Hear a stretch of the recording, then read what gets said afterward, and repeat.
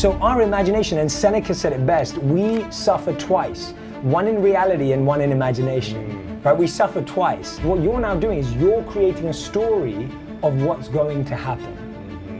And that story... You talked about the fear of fear and how you had to learn to let go of your fear of fear. What does that actually mean, letting go of the fear of fear? Yeah, so I talk about how we fear the wrong things. What do we fear? So most of us are fearful of how our friends are reacting, what's happening on social media, and what's the random bit of news that we heard. None of it is fact-based. That's one of the biggest issues that we have. It's worry-based. It's worry-based, and it's also imagination-based. So we become fiction writers. We've all watched too many movies. Now we start writing these beautiful movies in our head. Well, not beautiful, scary movies in our head of what may happen. So our imagination, and Seneca said it best, we suffer twice. One in reality and one in imagination. Right? We suffer twice. And this is the biggest... What actually happens to us, totally. and then the story we continue to tell ourselves. Totally. Now there's this incredible study in the book that I have to talk about. So they took monks and they took non-monks and they competed against each other. They competed against each other, literally. So they put this plate where you experience heat. And so what happens is the non-monks touch this plate. Now this plate heats up gradually, softly, and then at one point it gets really hot for 10 seconds and then it cools down. And so what happened is that when the non-monks touched it, the anxiety and pressure and stress in their brain just triggered straight away, even though it wasn't that hot. It wasn't hot. It was heating, but it wasn't hot to do anything major to you. But the anxiety and stress in imagination or in anticipation went through the roof in the non-monks.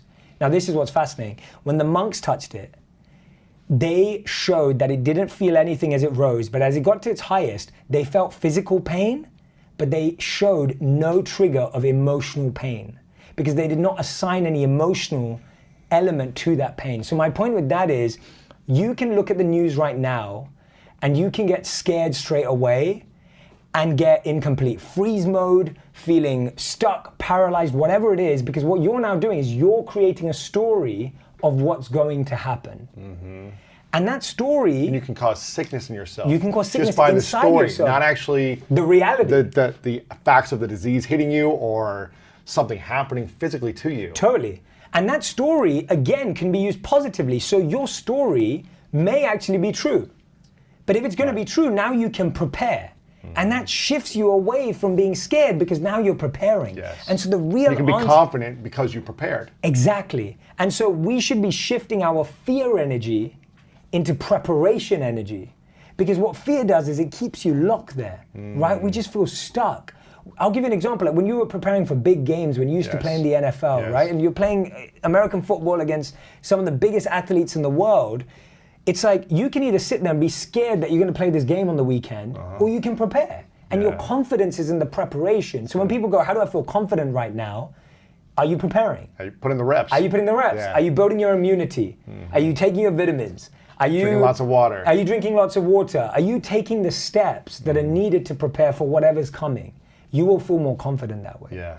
So how do we learn to let go of the fear of fear, though? Like, how do we say, okay, we're only going to allow it to hurt us when it actually hurts us and not the fear of it? Is there a process? Is there just an awareness of this, that when you're in anxiety, worry, stress, fear, you just breathe and meditate? Then what's the process of letting go of the fear of fear? Yeah, so meditation, mindfulness, powerful tools, but I'd say the process, and I want to be as tactical and strategic as we can. The thing is to get really close to that fear. So what we usually do is embrace it, get close to it, get intimate with it. We become the bat. Sit in the bat cave. Literally, yeah. And embrace the fear. Totally. Yeah. We run away from fear. We like to run away and go, oh, it's not coming with me. Or what we do is we hear one thing and we define the whole understanding of our fear based on that one thing. Yes. So it's like someone, and I'll give you a normal example in a normal life scenario. Yes. Someone says to you in the office, you know that they're going to cut a few people. And you don't even check. You don't even know. Is it real? And now you just made it real, and now you're running with it, and you're trying to run away from it. So you're trying to avoid conversations with your boss. You're trying to avoid any conflict. You're trying to, you're just trying to avoid it. And so actually what you need to do is go, okay, let me actually discover that fear. Let me go intimate with that fear. Let me ask myself, where's that fear coming from? What am I really scared of? What am I really scared of? Am I really scared of losing my job? Am I scared of not having any money? What am I really scared of? And when you get to the root, and I call it the why ladder in the book. So it's asking yourself, what am I scared of? And then go, why am I scared of this? Why am I scared of this? Why am I scared of this? And when you can't ask why any longer, you've got to the answer, and that's what you have to deal with. Most of us are not dealing with what we're actually scared of. So that's how you let go. You let go by keep asking yourself. So I'll give you an example of mine. Like if I heard that, or if you hear that in your office, that people are getting cut, it's like, you just get scared and panicked. But the question is, why am I scared of that? Am I scared of that because I haven't been working hard for 6 months? Am I scared of that because I've been skipping meetings? Am I scared of that because I know my boss will probably fire me first? Or am I scared because I've been performing really well and I'm expecting a promotion?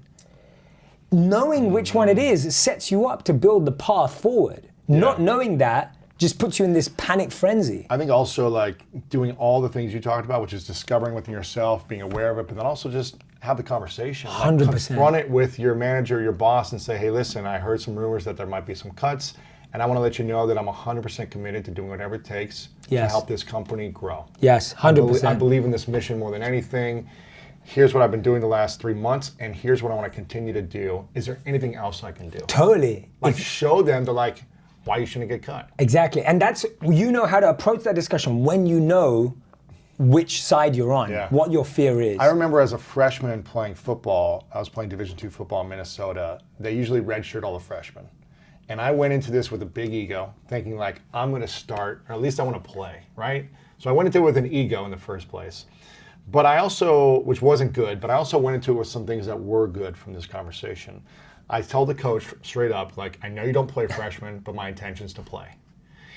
What is it gonna take for me in order to get on the field?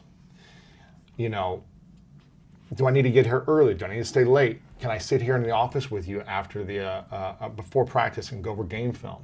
Whatever it was, and he told me, yeah, I need you to come in the office every single day and watch game film with me. I need to be with your receiver coach every single day beforehand and doing reps.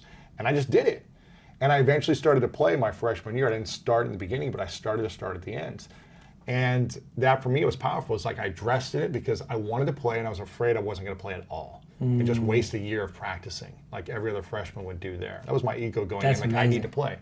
But I was also like, I'll do whatever it takes and I'll practice and I'll confront it with conversation and say, this is my intention, this is my vision, and I'm going to do whatever it takes for you.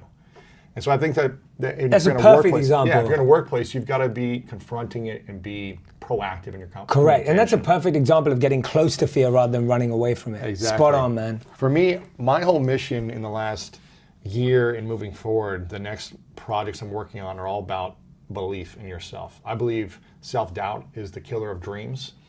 And I believe that, and you have this amazing graph in here, it's about ego versus self-esteem.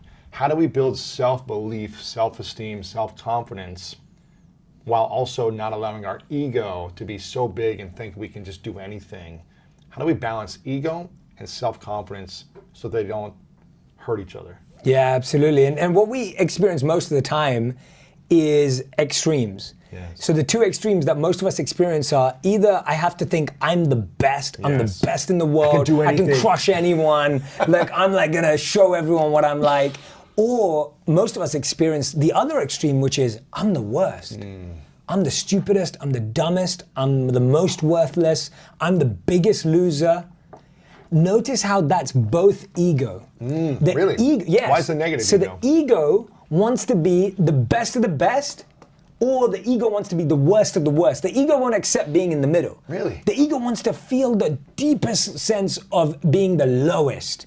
And that's why victim mentality is actually a subsequence of ego. Really? Yeah, that's how it's explained in the Bhagavad Gita, because the point is that you can't deal with just being bad. You have to be the worst. My pain is the worst. I think Jada talked about this on your podcast, where she was like, you know, I had to tell people why my hurt was more painful than their hurt, and they could never understand how bad it was. Right? Exactly. That's ego. Yeah, that's ego as well. So you see these two sides of ego keeping us locked away. And so the only way to get with that, and the only way to balance it and bring it all into one, is genuine self-honesty. Honesty is the best place to be. And the best thing about honesty is, I'm really good at this, I'm really average at that, and I'm really bad at that. And the challenge we have with that is most of us have no idea. We just have zero self-awareness about what we are good at, what we are bad at, and what we're average at. So we think, I'm pretty average at everything. I'm pretty good at everything. And when I hear those answers, I'm like, simple things. Just go and talk to people that know you. Yeah, what am I great at? Ask them, what's my superpower? Yeah. What do I do differently? What do you think I do that is different that no one else does? And guess what? I guarantee you, if you ask a colleague, if you ask a friend, if you ask a family member, if you ask people from different things they'll too. say different things. But you get to learn about yourself. So real confidence comes from knowing your strengths and going all in on them. Your confidence does not come from just standing up the right way or just saying the right stuff to yourself. Body language only. Yeah, and that's important. I'm a big believer in all of that, but what I'm saying is that doesn't build real confidence. Yeah. Real confidence comes from thinking, I'm really good at this, I know I can do this, and I love doing it. And really, this is the most important bit. Confidence comes from serving other people. When you see the impact you have on others, and this is the biggest issue, the reason why we have such low self-esteem today in the world is because people are not serving others. So they don't see the profound impact they have on others. When you put out a video or a podcast and people tag you on Instagram and they say, Lewis, you stopped me from depression, or you helped me out of a divorce. Yeah. Or people, when they watch my content, they'll be like, that stopped me from committing suicide, or whatever it is. When you see that, you get such a deep sense of self-worth that you matter. And guess what? Everyone matters. Whether you matter to 1 people or 1 million people, everyone matters. Yeah. But if you see your impact on someone's life, you will feel such a deep sense of self-worth. And so whether you're serving at a, giving out free food, or whether you're serving at a local charity place, or whether you're serving through your work, serve, serve, serve, because when you take that step, you get a boost of self-esteem. But why do so many of us live in fear and desire mode as opposed to duty and love mode? Why is that? Like, why are we still focused on self as opposed to service? It's conditioned. It's conditioned, right? I've said this before, that we're wired for generosity, but we're educated for greed. I think I just said it to you 2 years ago when I was on the podcast. Yes. And it's like, and when I said that in the statement, it was, and it's so true. We're wired for generosity, but we're educated for greed, because what happens is, when we're kids, you'll see kids serve, go out their way, they want to share. It's part of my candy bar, whatever, totally, right? Yeah. And then as we get older, we're told that there's less. And this is what the key is. As we get older, we're told there are finite numbers of how many kids get made onto the basketball or baseball team. Yes. We're told there's a finite number of college spaces. We're told there's a finite number of how many tickets there are. We're told there's a finite number of people that are successful. Guess what? In the theater of happiness, there are infinite and unlimited seats. And there is a seat with your name on it. That's okay. There is a seat with your name on it in the theater of dreams, in the theater of happiness. But you think that because you think that there are only 100 people allowed in, that if someone else makes it before you, that you don't get in. And guess what? Is there a cap on how many billionaires there are in the world? No. No. Is there a cap on how many millionaires there are in the world? No. No. Is there a cap on how many happy people there are in the world? No. And that's why I really am encouraging Forbes. I want Forbes, forget printing a rich list, print a happy list, print a service list, print a list of who is serving. We should do that. We should do that. Who is serving the most in the world. Wow. Right? That'll be competition based. Yeah, sure. I gave more than you gave. Yeah, and that's why it should be service based on time, energy, and money. Because we should start showing how much time people give, how much energy people give. Mother Teresa, I don't think she gave any money to her charities. Right. But she gave a lot of time and energy. Yeah. You know, you look at all the people who made a change in the world, Martin Luther King, Gandhi, like, they may not have given a lot of money to stuff. Yeah, they gave time and energy. You don't have to give resources, but your resourcefulness, your love, your time, your focus, your attention, your compassion. Love that. Resourcefulness of the heart, not of the wallet, I think is key. Love that. And you don't need to have a lot of money to make a big impact. You don't. Yeah. And this is the training. See, we've been educated for greed because we've been told everything's limited. There's limited number of this, limited number of this, number. And every time you play in numbers, and I think it was Bob Marley who said it, but every time you play in numbers, you'll always be dissatisfied because guess what? Someone's always got more. Someone's always gonna have more. I was speaking to a friend recently, and this friend was telling me that he bought a home, which is very expensive. Yes. Very, very expensive. And he went to a party at someone else's house. And he told me that when he was getting a tour of this party, he found out that this person had a painting on his wall which cost the amount his house cost. Shut up. And so he was joking with me. He was like, that guy's painting in the house. He's got my house on his wall. Wow. And that just puts things into perspective. And you think about that, like, and then you look at someone like Jeff Bezos and you think, oh, well, he's the richest man in the world, but does he have the most fame? No, he doesn't. Right. Does he have the most beauty? Subjective decision. Does he have the most strength or power? Maybe not. And so no one has the most of everything. So when you measure yourself by numbers, you'll always be second, third, fourth, fifth in something. And I think by measuring yourself by needing to have the most of anything is probably a recipe for unhappiness. Of like, well, okay, I'm not gonna have the most of anything, but I'm gonna have the most money. You're still gonna be unhappy. Totally. Even if you have the most of something, doesn't mean you're gonna be happy. Totally. I think it was Albert Einstein who said it best, that not everything that can be counted counts, and not everything that counts can be counted. And I love that because it removes this belief that things are finite and limited, and they're not. If you want to be happy and successful, no matter that there are 700,000 podcasts, if that is your dharma, if that's your calling, if that's your purpose, like, you can do that. There's no cap on how many successful soccer players that can exist at the same time. Or how many books are out in the world. There's no cap. There's no one stopping you, and that's the mindset that we're educated. So can you share what that means to hear in between the lines through prayer, meditation, mindfulness, and kind of what this all means? How can we understand this? There's a lot of noise about it, but what does it really mean? Yeah. Beautiful. First of all, I'm glad to be back, man. The School of Greatness is excited, man. A special place. And the fact that so everyone who's listening or watching, this is how you test whether your friend really knows you. Lewis just told my life story in 30 seconds, which means that we're real friends. Lewis was able to summarize everything that I've been through in the last 10 years in 30 seconds. So I appreciate you, man. Of course, man. And I'm really happy to be back. And yeah, I think, let's talk about the term and let's talk about that specific answer. So when I hear the word mindfulness, to me, what it really means is intentionality. What I mean by that is, are you crafting, designing, and intentionally creating your life? Or are you just coasting in the passenger seat of your life, which is just dragging you and driving you wherever it's taking you? And so it's the difference between being the driver or being in the passenger seat.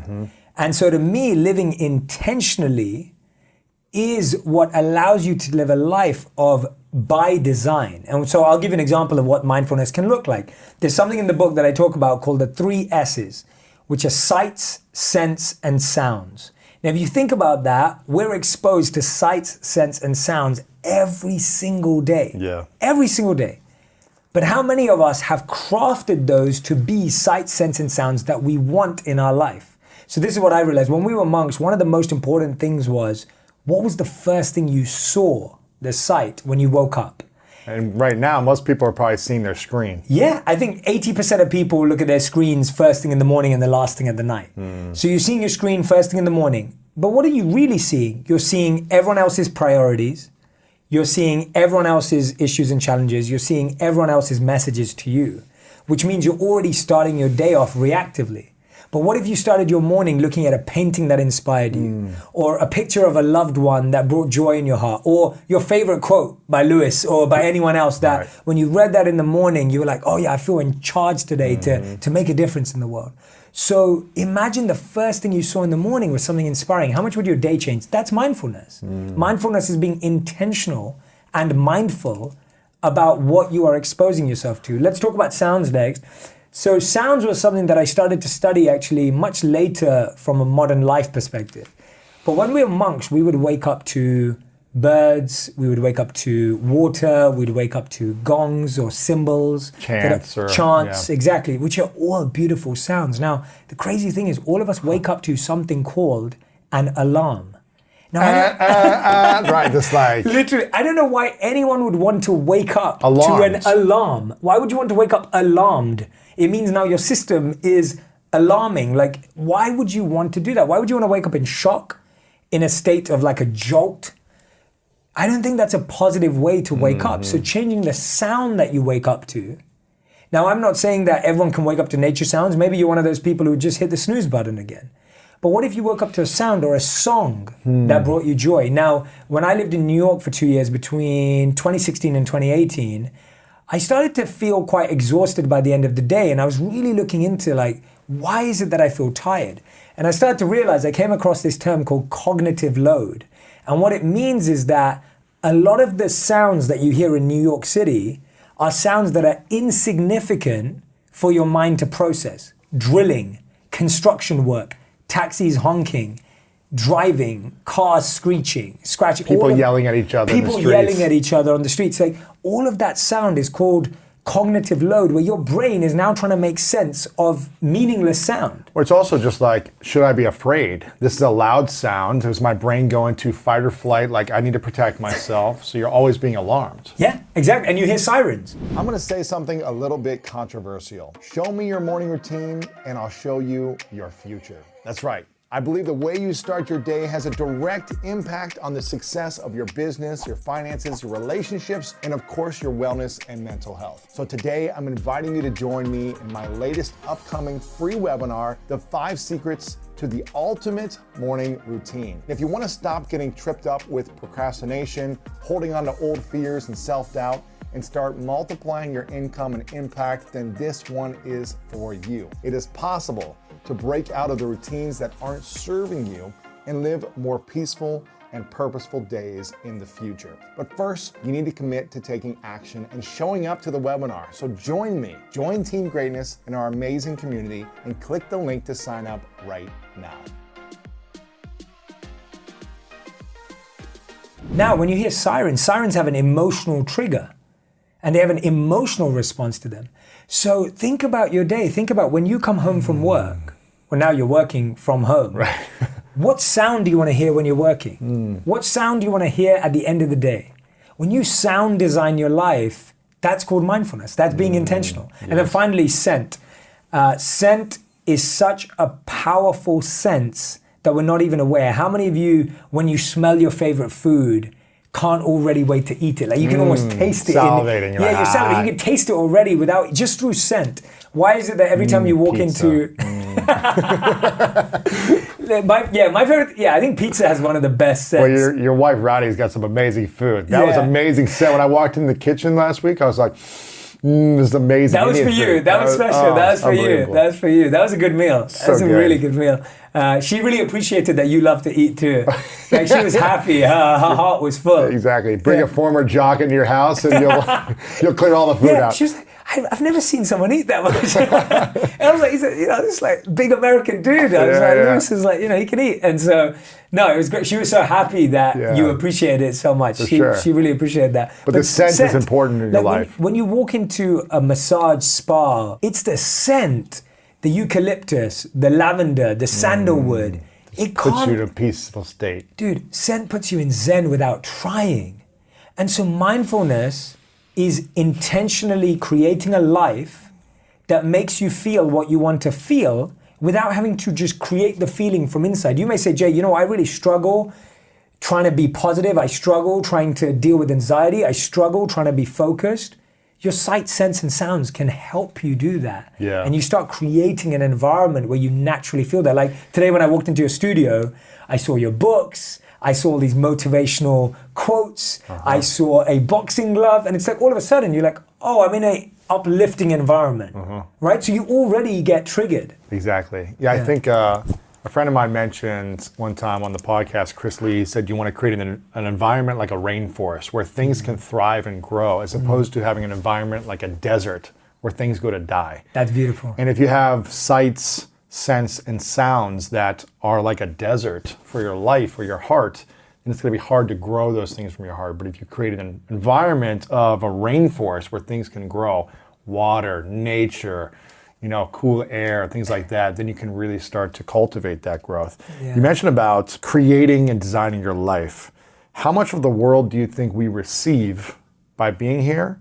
And how much of the world do we create ourselves? Yeah, that's a beautiful question. It's a complete dynamic dance between what the Vedic tradition would call fate and free will. So fate is what is already created for you, and a good example would be the place you were born, the type of family you grew up in, the socioeconomic background you had. It was already there when you walked into the world. But within that, you had choices where your free will came about. You had the choice to either do what everyone in your neighborhood did or to do something different. You had the choice to have a relationship with a particular person or not. So what happens is that we're constantly creating new spaces from which we have another choice. Right. And so you kind of see it as this dynamic dance between, okay, now I'm in this situation, and now what is my choice in this situation? So I would say, I'm not saying it's equal, I'm saying it's a dynamic balance and a switching process where you're constantly creating a new level, and then now in that level you have a next choice. Because we didn't have the choice to be created here. We were here, and that wasn't our choice. Now everything after that is our choice, right? Yeah, and there are some traditions, and I'm a big diver into like reincarnation and past lives. So according to the beliefs of reincarnation and past lives, you have at some point made a choice to be here. But taking it more simplistically, the truth is that when you're brought into a situation, it's the best analogy that I've heard, and it's been told for years, is of a father is an alcoholic. One of the sons that he has decides to become an alcoholic because his father's an alcoholic. The other son decides to never drink alcohol because his father's an alcoholic. Right. So they were exposed to the same situation and same scenario. Same environment. But they both made different choices based on their experience. And that's the choice element. That's the element that we should be trying to empower in our lives, because we can constantly say, I'm limited by my environment, or I've been restricted by my environment. And hey, it's true. There are so many of us that have been limited and restricted.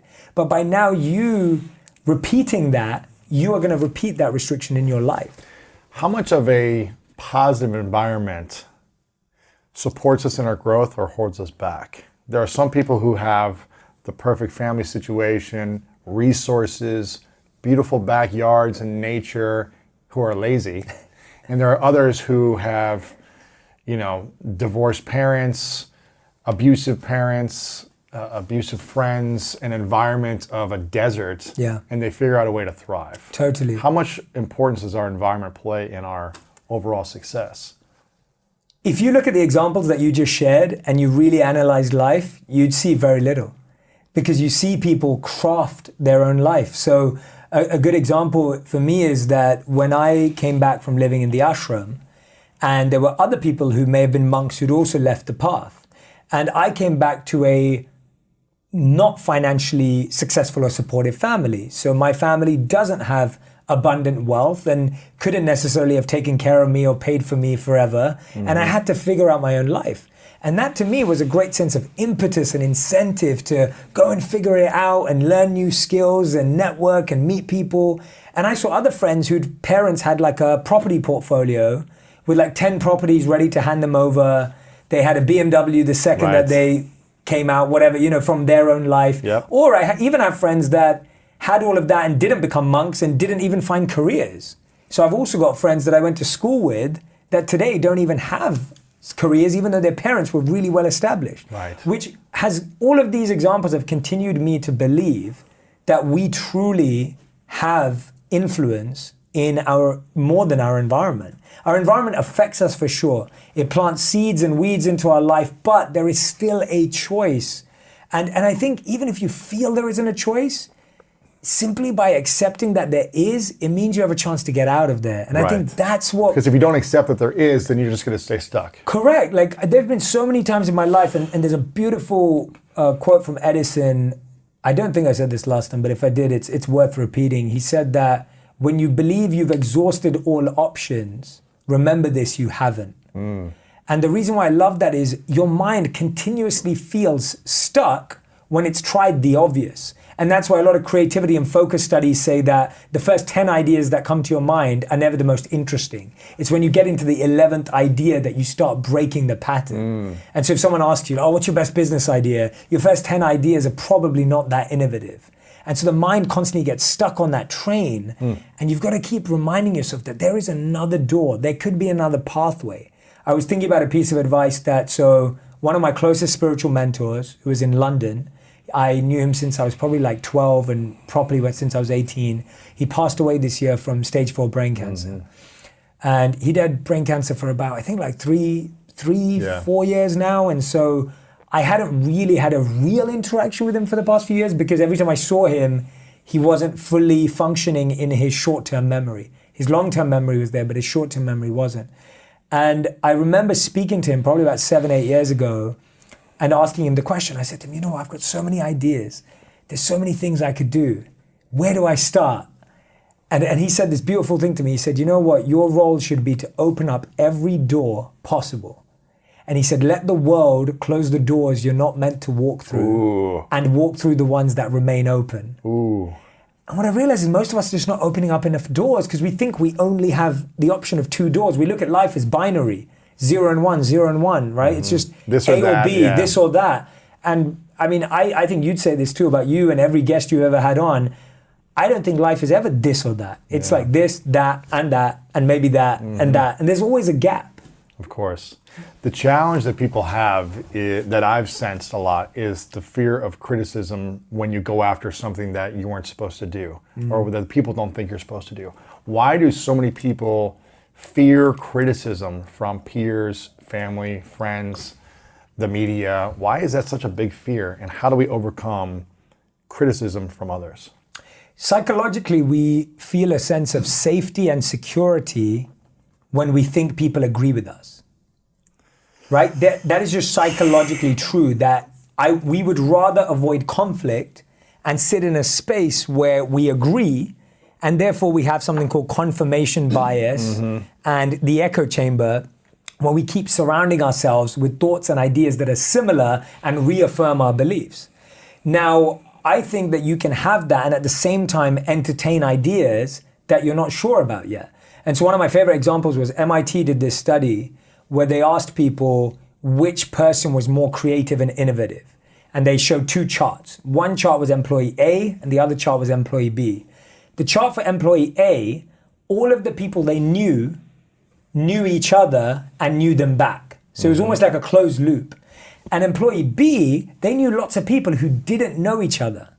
And they found that people who have more people in their network who don't know each other are more likely to be creative and productive. Really? Why is that? Because they expose you to opposing ideas and they may counteract how you think. So one of my favorite examples of this is a conversation between Mark Zuckerberg and one of his mentors. So Mark Zuckerberg told this story at the Facebook headquarters a few years back. I wasn't there, I've seen it on video, and I'm sure it's available. And he talks about how when he was struggling with the direction of Facebook in 2009, he approached his mentor. And his mentor happened to be Steve Jobs. Wow. Pretty cool. Wow. Pretty cool. I wish. That's really cool. Yeah, it's so cool, man. And so anyway, so Mark Zuckerberg goes to Steve Jobs and he says, I'm struggling with the direction of Facebook. Remember at that time, Facebook was 5 years old. There was no fan pages, I don't think. I don't think it was, there was no creators. I don't think there were fan pages. It was very much used by university students at that stage. Like I think it was mainly like Ivy Leagues. College kids. Kids. And I don't even think it was international in a massive way. Very early days, and now we can't even think of that. But 2009, I mean, you know, you just about had the iPhone and just about had Instagram and YouTube. Man. So he went up to Steve Jobs and he said, you know, I'm struggling with the direction of Facebook. What do I do? Now, Steve Jobs at that time obviously was already the founder of one of the biggest brands on the planet, and obviously the brand still is. He had access to investors. He had access to business coaches. I'm sure he had access to life coaches. He had access to health experts. Everything. He had access to anything. Like I don't think there was scientists, PhDs. I don't think there's anyone in the world who Steve Jobs couldn't have called up at the time. And Steve Jobs said something amazing. He said, you know what, Mark? I think you should go and live in an ashram in India. He did not. He did. No way. It's a true story. He goes, and when you go to live in the ashram in India, that's where, if you spend some time there, that's where you'll find your answer. Shut up. And Mark did it. No way. Mark went to the ashram. It's a true story. For how long? I believe he was there for, I've seen 2 online. I've seen 2 versions of the exact time he was there. I've seen some people say it was a couple of days or a week, or some people said it's a month. So I think it's hazy how much time he actually spent there. But he went. And he says that based on that experience, that's where he found the direction of Facebook, to be connecting people. Now, the reason why I love that story is because it's the unobvious, alternative, random connection. And when Harvard did a study of 3,000 executives, they looked at and asked them, what's the #1 skill for being a good leader? And a lot of people would say communication. A lot of people would say vision, strategy, humility. And the #1 answer that they got from 3,000 executives was the one word which is called associating. And what that means is the ability to spot patterns where everyone else doesn't see them. And that's the connect, that real leaders can spot patterns and connections in anomalies. So most people will be like, what has an ashram got to do with a tech platform? Right. But that is where you expand your mind to find answers that you never expected. How important is creating alone time with noises, people, busy work to allow your mind to expand? Is that the only time in that silence? I think you mentioned it. Silence to hear in between the lines. Yeah. Is that where we start to hear what we're supposed to be creating, where we're supposed to be heading, our mission? I'm really glad you brought that back. I wanted to get back to that. So when we talk about, there's a beautiful statement by David Lynch, who's movie producer and a deep meditator. And he says that prayer is how you talk to God and meditation is how God talks to you. Ooh. And whether you believe in God or the universe or spirit or divine, whatever it means, the point is that there is a dialogue and a conversation. So prayer is like you're speaking, you're saying, here's what I want. Here's how I feel. Help me, yeah. And meditation is more receiving. Receiving, yeah. And so I love that statement because I think it makes it very clear that we have to have a dialogue with the universe. We have to have a dialogue with people in our lives. We have to have a dialogue, and there's both giving and receiving. So when I talk about hearing in between the lines, the best example I can give you, Lewis, is let's take a look at you and your relationship and mine and my wife's relationship. One of us is always traveling. Yeah. So you travel, your partner travels, I travel, my wife travels. Sometimes we're missing each other. Imagine you've got really busy and hectic. Do you think, and anyone listening or watching, you can ask the same question. If you were really busy and hectic and stressed out, do you think your partner feels comfortable to tell you how they feel and get your attention? If I'm busy, stressed out, overwhelmed, will my partner tell me how I feel about themselves or about... Yeah, do you think they would feel confident to be like, Lewis, I need to tell you something really important? I don't think they would. They wouldn't. Yeah. They really wouldn't, because... They don't want to stress you out more. They don't want to stress you out more. You're not present, all these things. Exactly. So, exactly that. And so what happens is, when you're still, your mind and body actually get to speak to you and give you signals of how they feel.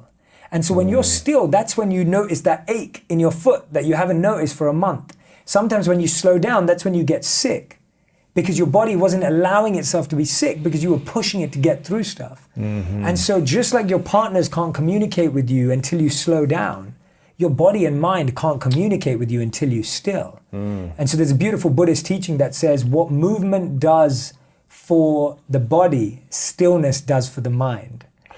And so when we find that space, stillness, and solitude, you really are able to hear your deepest desires and challenges, your physical pains and areas of growth. It's one of the reasons why when people meditate, they feel sleepy afterwards and they think they're doing it wrong, but actually they're doing it right. Meditation just told you needed more sleep. You needed to rest. Yeah, meditation was just a signal. So sometimes when I meditate with people that I'm coaching, they're like pass out. Yeah, some of them will be like, "Oh, I'm so sorry. I'm so sorry, Jay. I'm just feeling so tired." And I'm like, "No, then sleep. Then rest." Yeah, that's what your body's telling you because you finally listened. And some people are like, "Oh, Jay, I feel so energized." And I'm like, yeah, because you allowed yourself to be in line with your body, and now your body's saying that you feel energized. And that's great. You've got that energy. Go work out, go build something. So, or you've cleared out those negative thoughts, or you've let go of those distractions, or that resentment, and so you're not feeling this weight, so you feel lighter. Correct. And so that stillness and silence is one of my favorite ways for you to actually build that relationship with hearing your inner voice. Is there too much silence?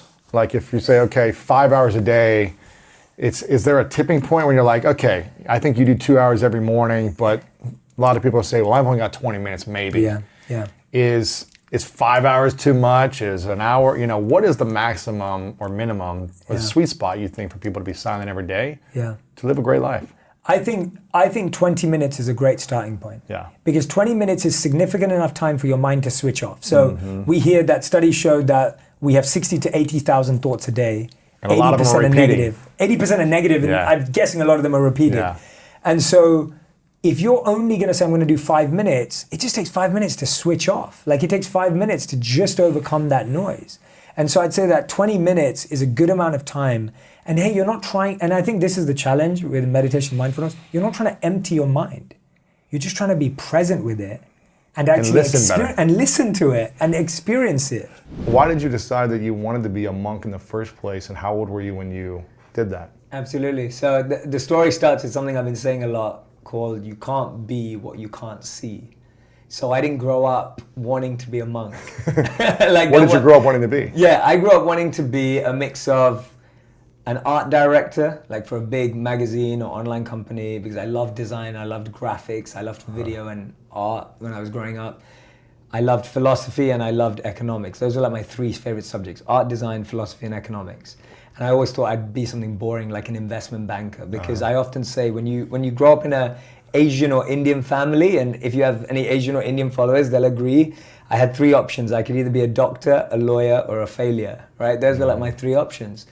And so that's what I was going to be. I couldn't be any of those, so I was going to be an investment banker or a strategy consultant, because I was like, I'm rubbish at medicine, I'm not very good at law. So I was kind of going down that route, because you can't be what you can't see. And growing up as a young Asian person in London, you don't see many people in the media, you don't see many Asians in sport, you don't see many Asians in anything apart from accountancy, business, medicine, and law. That's literally what you see. And then I was 18. I'm at university. I'm studying my undergraduate, which is in behavioral science. In London? In London. So I've always been fascinated by why people do what they do. Always fascinated by why we make decisions, why we lie, why people cheat, why people pretend to be someone they're not. Like, all those questions always fascinated me, but just from an intellectual point of view, rather than helping people unpackage it. So I was studying that. And then at my university, we'd have some of the best entrepreneurs coming to speak every week. In London, right? In London. Yeah. At Cass Business School. So there's people coming in every single week. And then I found out that the week later, after been watching entrepreneur after entrepreneur, loved hearing from CEOs, their success stories. I was a huge fan of rags to riches stories. Like, not the riches because of wealth, but just that whole thing of like people going from nothing to something. Like, that fascinated me. So I used to read autobiographies. I thought I hated reading until I was 14, until someone handed me an autobiography. I think I remembered reading The Rock's autobiography back then too, because I used to watch wrestling. But anyway, so I'm fascinated by people who go from nothing to something. And then a monk's invited to speak at my university, and I actually get forced along. I'm actually not that interested. I'm like, what's a monk gonna teach me? Who cares? Like, never seen a monk in my life, don't really know what they do. Get forced by one of my mates to come along. I basically have nothing better to do that night. I turn up. I'm hearing this monk speak, and he captivated me like the most beautiful woman in the world, right? I was just completely enthralled and addicted to everything he said. I was hanging off every word, and there was a voice in my head that was just like, who is this guy? And then I find out that he'd given up jobs at Google and Microsoft to become a monk. And I'm thinking, wait a minute, who does that? Everyone that I've ever met, that's all they've been chasing.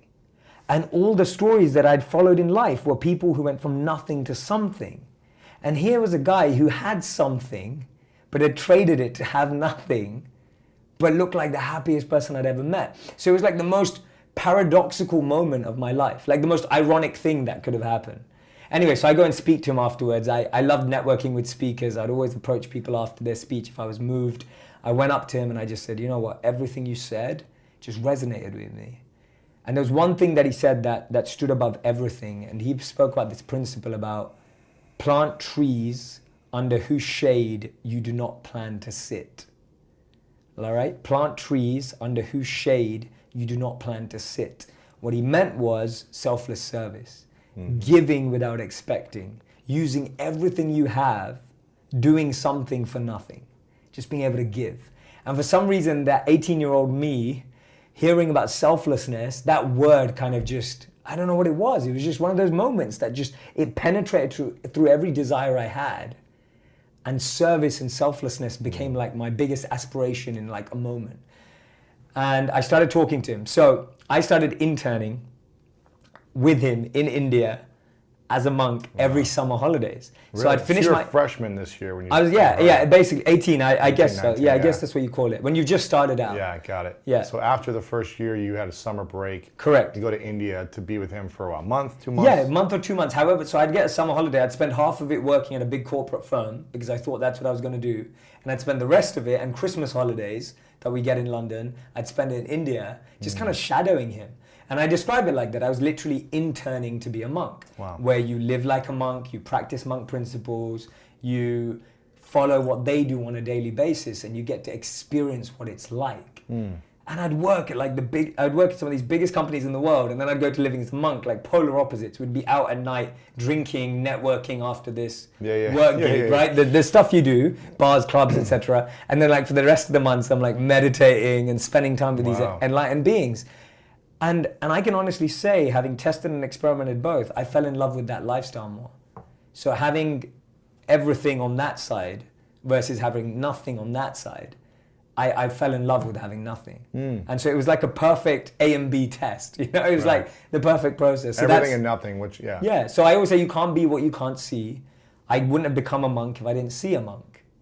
That's my journey to why it started. Why did I start to become a monk? Because I got to meet a monk, which exploded the horizons and possibilities of what I could be, first of all. I became a monk because I got fascinated by giving everything you have in the service of others. At a very early age, I just got fascinated by that principle. And the third thing was I fell in love with the lifestyle of a monk more than I did of a modern person. Why did you fall in love with that? I fell in love with it because I got so fixated on the fact that what if you could spend your whole life just helping people? Like, what if that's all you did? What if you had to learn, grow, create just to make a difference in people's lives? Yeah. And you didn't need anything back and you didn't want anything back. And the only example I'd seen of that at that age was the monk. So that was the only kind of test I had, right? That's the only person I'd experienced. You hadn't met someone who started a nonprofit or something like that? Who could like I had, but I had met people who'd done NGOs and not-for-profits, but I always found that they were still looking for funding. Oh, yeah, sure. And I didn't necessarily fall in love with their character. And I think that's a big part of it. Yeah. That when I was with the monks, I felt completely in love with their character, the way they behaved, their purity, the way they spoke, their purity, their whole demeanor was just so attractive. And I was like, that's what I want to be when I grow up, you know? So while everyone else wanted to be other stuff, when I was 18, I wanted to be a monk. Wow. So yeah, but I still, anyway. How many summers did you spend with him before you said, okay? 3. So throughout the whole of university, I spent 3. So every break I spent with him. And then after college? Then after college, that was it. I didn't even go, so I graduated, but I didn't turn up to my graduation ceremony. So my mum's still upset that she doesn't have a picture of me holding the scroll, wearing the hat. And I left for India straight away. Why didn't you complete it then? I finished, as in I graduated in the sense of I had my degree. But why didn't you go all the way, see it all the way because through? I remember it being delayed till December and we finished in May. And I was just like, I'm going. I'm not waiting till December. I'm not coming back for that. It's meaningless. What does it even mean?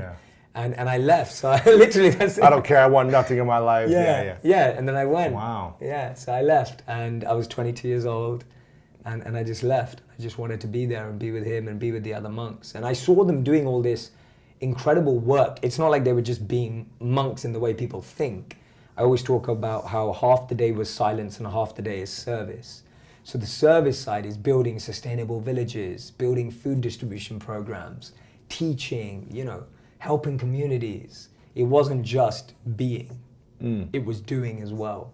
So I loved that aspect of half the day to grow myself and then half the day to give. Yeah. And I was just like, when am I going to have time to do this if I work a job? Right. What's a typical day like then? What time did you wake up? Yeah. And you wake up on like a concrete floor with like a little yoga mat type of thing? Literally, yeah. So we'd sleep on the floor. The floor was wood. It was like this nice wood that you have. It was decent wood. So it was wood. You have a thin yoga mat, so anyone who does yoga knows those thin yoga mats, not the posh ones. And then your sleeping bag, literally. So you got a sleeping bag? Yeah, you get a sleeping bag, right? A pillow or no pillow? Most people didn't use their pillows, but I had a nice sleeping bag. I was still that monk from London. Like everyone could tell, right? It was like his sleeping bag looks a bit too premium, but I was like, this is the least I can do. Of course. So I still had the premium sleeping bag. We'd wake up at about 4 a.m. every day. Every single day, 4 a.m. So the first week must have been a little rough to like get into the... Well, you know what? The way I remember is that I was so pumped that I talked myself into it. Plus, I'd been doing it every summer. So it wasn't new. It wasn't like I just threw myself in. I'd lived like that for 3 summers. Yeah. So I was kind of aware of what it was like, but I'd pumped myself so much. I'm gonna be there at 3:30. You know, I'm gonna wake up earlier than everyone. You know, I was in that, and I've always been like that. I've always been someone who wants to push. I want to do a workout before everyone's literally, up. like I was like, I'm gonna meditate 2 hours before everyone's awake, and so I'm pushing myself to limits that I didn't know, and I wanted to test it. I was like, I'm going to be here for the rest of my life. So, so I was like, I'm going to be here for the rest of my life. So I'm just going to do this properly. You know, so I ended up, waking up at 4 a.m. From 4 till 5:15, you have collective meditation, collective prayers, collective chant, group. Chanting. Chanting. Group chanting. Yeah, group chanting. That must have been very like healing almost at the same time, and just like chanting together. And the symphony that you create with the melodies. And we underestimate what it feels like to be in a place where people have meditated for hundreds of thousands of years. Like places take on energies. And that place was a place where people have meditated, those 2 monasteries, people have meditated for like 40 years in that space. Right. For over 4 hours a day. So you're like walking into like the most spiritual, sacred atmosphere in the world. You only tap into that more. You know, when we go to a place, we know what it feels like when you've been on a stage that Michael Jackson performed at, or when you'd been in an arena where, you know, your favorite artist, whatever it is, the analogy that works for you. It was like walking into the arena of the monks, you know, like that the level. Legendary monks. Yeah, the legend of meditate, like everything you expect a spiritual atmosphere to contain, you're getting that because it's amazing. So yeah, it was 4 to 5:15 is group meditation. Then 5:15 to 7 is private meditation. So that's your personal practice. So that's already 3 hours since you've been awake, right? 7 o'clock till 7:30 is group meditation, group chanting again. And then 7:30 to 8:30 is a wisdom class on the Vedas. So the Vedas are 5,000 years old, linguistically and philosophically the oldest books on the planet. And so you're trained in the Vedas for an hour. 7:30 to 8:30, and then 5,000-year-old book. Yeah. Wow. It's the oldest book, oldest dated book I've heard of. So over 5,000 years old. Holy cow. Yeah, it's crazy. It's absolutely crazy. It was funny actually. I was sharing this, and I share this all the time. But then I'm going to throw this in there. But when I was at Ty's house, he said this to me. He said that I was telling him about the Bhagavad Gita, which is 5,000 years old, and he said to me, 5,000 years, just like you did. And I was just like, yeah, 5,000 years. He goes, if it lasted 5,000 years. That must be a really good book. And it's true, if you think about it. Yeah. How many keep using it, Yeah, how many things still matter and change lives today that did 5,000 years ago? Will the Beatles be around in 5,000 years? Will Elvis, will me, will you, will any of this? But the fact that a book has withstood 5,000 years. Pretty impressive. That's pretty impressive. Anyway, so we do that from 7:30 to 8:30. And then at 8:30 you get breakfast, right? You finally get breakfast. And from 8:30 to 9, whatever you eat breakfast. And then for the rest of the day, you'd spend the morning studying the books again on a personal level. You'd do basic things like cleaning, you'd wash your clothes, all the domestic stuff that you have to do, clean the space you live in. And then usually by lunchtime, everything changed. I'd either be out teaching local communities, or we'd be helping build these sustainable villages, food distribution programs, etc. So the rest of the day was not as planned as the morning. So when we now talk about morning routines, when I hear about that, I'm just like, yeah, that's like a monk thing. Like as a monk, you're trained to have an incredible morning routine. And then whatever you do in your day will be incredible because you've started off correctly. So it's interesting to see the rise of the morning routine as habits and success, because as a monk, that's what you're trained in. Wow. So yeah, that's roughly the schedule. And then it changes after 9:30 a.m. And where in India was this? So this is in Mumbai and 4 hours south of Mumbai. Okay, wow. So, but when you go outside of Mumbai, I'm looking at these beautiful plant things you have here. It's kind of like that, it's just like woodlands, like green. Really? Yeah, like no cars, no traffic, no noise, fresh air. How would you guys commute then, or travel to speak or teach or build homes? So we would have cars that we would either drive ourselves. I never drove in India. I never would drive in India. It's the scariest experience in the world. People get scared about New York. India is just a different level. Yeah. So I never drove, but they would have drivers, etc., who would drive us around. Monks that drive, etc. So what's it called? The place you were at? Ashram or Yeah, a monastery. ashram. So a monastery is an ashram. Ashram is just a Sanskrit word for a monastery. So it had like some funding so you guys could rent cars or whatever. Yeah, so the funding comes from donors that really believe in the work you're doing, and then that money is used effectively. Again, people say, oh, how do monks drive? How do monks use money? Well, we'd never use it for ourselves. We had 2 sets of clothes. We didn't have any possessions, but we were using the cars and what we had to create these communities, to create sustainable villages, to create change in the world. So again, everything's being utilized for a higher purpose rather than the mentality of, oh, you can't use that. So if we didn't use that, we might be happy, but how are you going to help the rest of the world? Right. You know, so that's how we were trained. Were you in contact with your family as well during this time, or? Yeah, I used to connect with my family because the tradition was taught of like that, again, that balance between detachment and attachment. So it said that detachment and attachment are 2 sides of the same coin, attachment and aversion. So some people just want to be monks or want to have isolation because they want to get away from reality, which is no better than being fully attached. So the Bhagavad Gita says that attachment and aversion are 2 sides of the same coin. So actually the ideal is the central balance, where you're able to talk to your parents, you're able to give them love, you're able to be grateful, but then again, you're still realizing that there's more impact you can have in the world than just making your parents happy. So it's that perfect dynamic balance between the 2. So I'd speak to my mum and dad every month probably, catch up with them on the phone. If I was in Europe and traveling for what we were trying to do as monks, then I'd come and see them, etc., say hello to them. So I wasn't completely detached, but it was always making sure that balance. You know, not like, oh, I'm not that monk life should, the way we were trained is monk life should never be an escape from reality. It shouldn't be that you can't do anything else in life and you don't want responsibilities. That's why you become a monk, right? So it was very much ingrained in us that you're not here because you can't do anything else. You're here because you know this is higher and you can have more of an impact in your life in the world. So, but you're not supposed to be in a relationship or have sex as a monk. No, you're a celibate monk. So why do you detach from that then?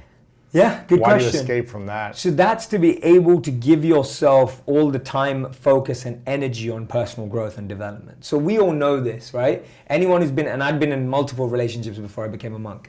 We all know this. When you're in a relationship, things slow down. Because now you're managing 2 minds, you're now having to give energy to another person, you have to give time to another person, you lose time, energy, and moments to invest in your own growth. So monks traditionally have lived celibate lives so that they can focus on their own growth, so that they're not distracted, they're not falling prey to any lust or engaging in any flirtatious conversations that again brings down the consciousness and distracts the mind. You're learning to train your mind like an athlete. Like so many athletes can't, I mean, maybe you had this experience too, but I remember reading David Beckham's autobiography many years ago, and he was talking about that, how they were trained not to have sex before big games, right? No alcohol in the weeks leading up to big games. I remember him talking about how when all his friends were out partying, he'd have to get to bed on time. So it's like you see athletes go to very similar training as monks. So it's not abnormal. We see it in modern life where people who have to be peak performance, they also use the same measures. Very similar measures to monk life. Doesn't personal growth also come from experiencing life and not detaching from it, only isolating yourself, but also experiencing all the things that could happen in life and growing in that? Yeah, absolutely. And I think the whole thing there is that most of us just throw ourselves into the deep end and then try swim and figure it out. Monk life actually begins at like 5 years old. Like the training of monk life is ultimately training in self-actualization and self-awareness.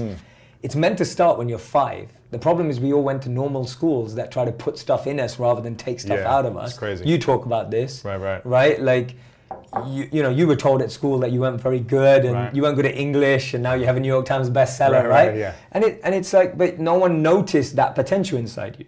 No one noticed that, oh, Lewis was really creative. And you're not the only person. There's so many people who feel like that. So the modern schooling system didn't extrapolate your self-actualization, your element, and just try to put maths, English, science inside. So the point is that you're trying to get to such a strong foundation that when you interact in the world, you're going with a sense of strength, fuel, energy to make a difference, rather than going into the world and then going, oh my God, where am I, trying to figure it out. And I find what happens today is that when you don't, we all know this, self-love's become such a big thing now. That when people don't figure out, it's like a huge trend now.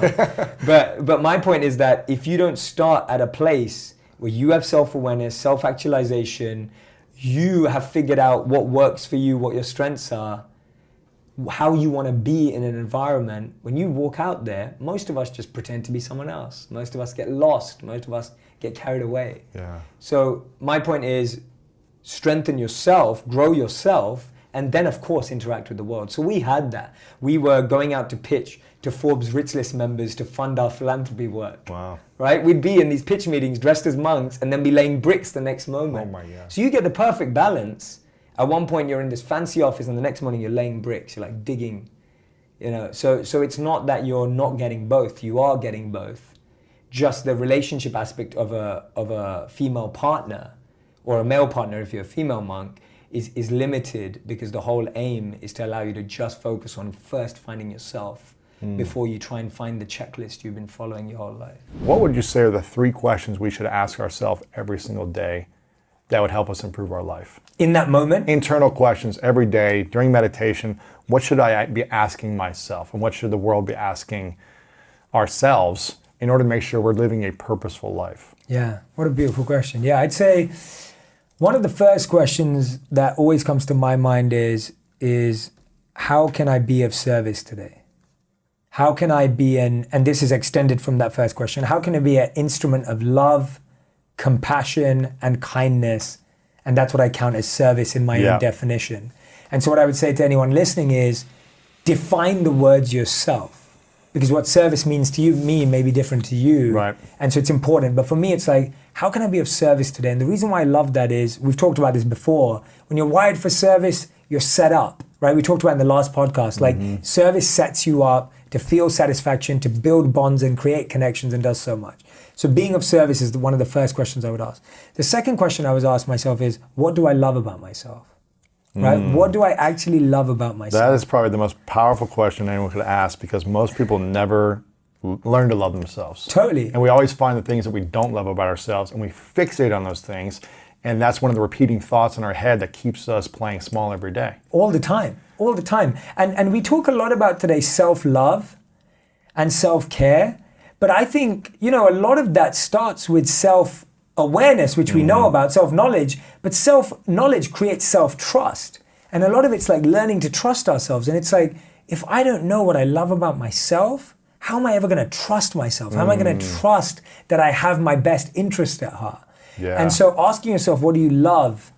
And then the third and final question I think I would ask myself is who do I want to be?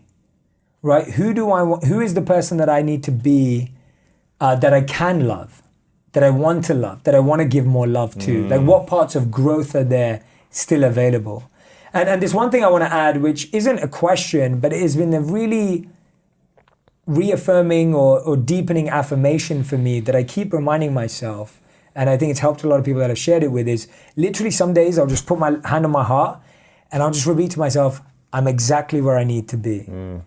And so true. It's just such a great reminder. Like, if you literally put your hand on your heart and you just go, I am exactly where I need to be, you stop getting lost in the future, you stop worrying about the past, and you realize that everything you need to learn, everything you read right now to make a change, it's all right now, it's all right here. And so that's one of my favorite things to repeat. It's not a question, but it's more of a mantra saying... Correct, yeah. Because I find it so hard for people today who compare themselves to everyone online about not being where they want to be, or not having the career or the relationship or the body or whatever, the following or the attention. A lot of people compare themselves to other people in their space, friends, family, and they don't feel enough. And so when we say to ourselves, I'm exactly where I need to be, does that help us eliminate the feeling of not being enough? Yeah, absolutely. You're spot on, because we're always feeling like we either feel like we're ahead, we feel like, I'm doing better than everyone, I'm kind of like winning the game, or more often we feel behind, where we feel like, they just got promoted, they just, they got proposed to, whatever it is. Like, we're always feeling ahead. They had their first child or whatever. They had their first child, they bought their first house, whatever it is, and we're always feeling ahead or behind. And so when you say to yourself, I'm exactly where I need to be, you realize you're not ahead or behind. And the problem is if you always think you're ahead or behind, then you're always comparing yourself to others. Whereas if you're where you need to be, you now just need to get to the next place of where you want to be. Yeah. And also you only get ahead of yourself by first being present with yourself. And I think it's really hard to say that when you're in a challenging place in your life. I'm exactly where I need to be. I'm broke. My dog died. My girlfriend broke up with me. It's hard to accept that. Yeah. And I've been there. I know you've been there. And it's really challenging to say, my life is perfect right now when you don't feel that way. Yeah. But I think when you can learn to accept timing of life and know that, a mentor of mine early on, when I was broke and I was an intern, working for free for 6 months for someone. I was living on my sister's couch. I remember saying I would do walks with him every day. And I was like, man, I could really use some money, in my life. I'm just sick of being broke. And he said something I'll never forget. He said, money comes to you when you're ready for it. And I was like, I feel pretty ready right now. I feel like I could have some money. Yeah. And I wasn't ready for it. Mentally, emotionally, my life wasn't set up. I didn't have systems set up in place to really receive the money and be able to do good with it and be able to use it for good in my life and put it to good use. And later when I started to make money, I realized I probably would have blown that money. I would have spent it poorly. I would have made the wrong investments, whatever it may be. Yeah. It's hard to hear when things aren't going well, but I think trusting the timing of your life. If you would have built your empire 7 years ago, you probably wouldn't have been ready for, maybe you would have been, but you wouldn't have been ready, or social media wasn't the right timing for your message to be out there. Is that right? Yeah, I think that if I wouldn't have gone to monk school, then I think you can become successful but still feel extremely dissatisfied or misuse the success. Yes. And I don't think that can be blamed on anyone because no one's ever been taught how to deal with failure or success. There's no class on here's how you deal with failure or here's how you deal with success. But the funny thing is those are the two most extreme things that we all experience. And the things we're most afraid of are failure and success. And success. So how do we deal with failure? If you could give a mini masterclass right now, what would you suggest to people who are afraid to fail, how to deal with it? Yeah. I think one of my first things in failure is don't take it more personally than it actually is. And I'll give an example of that.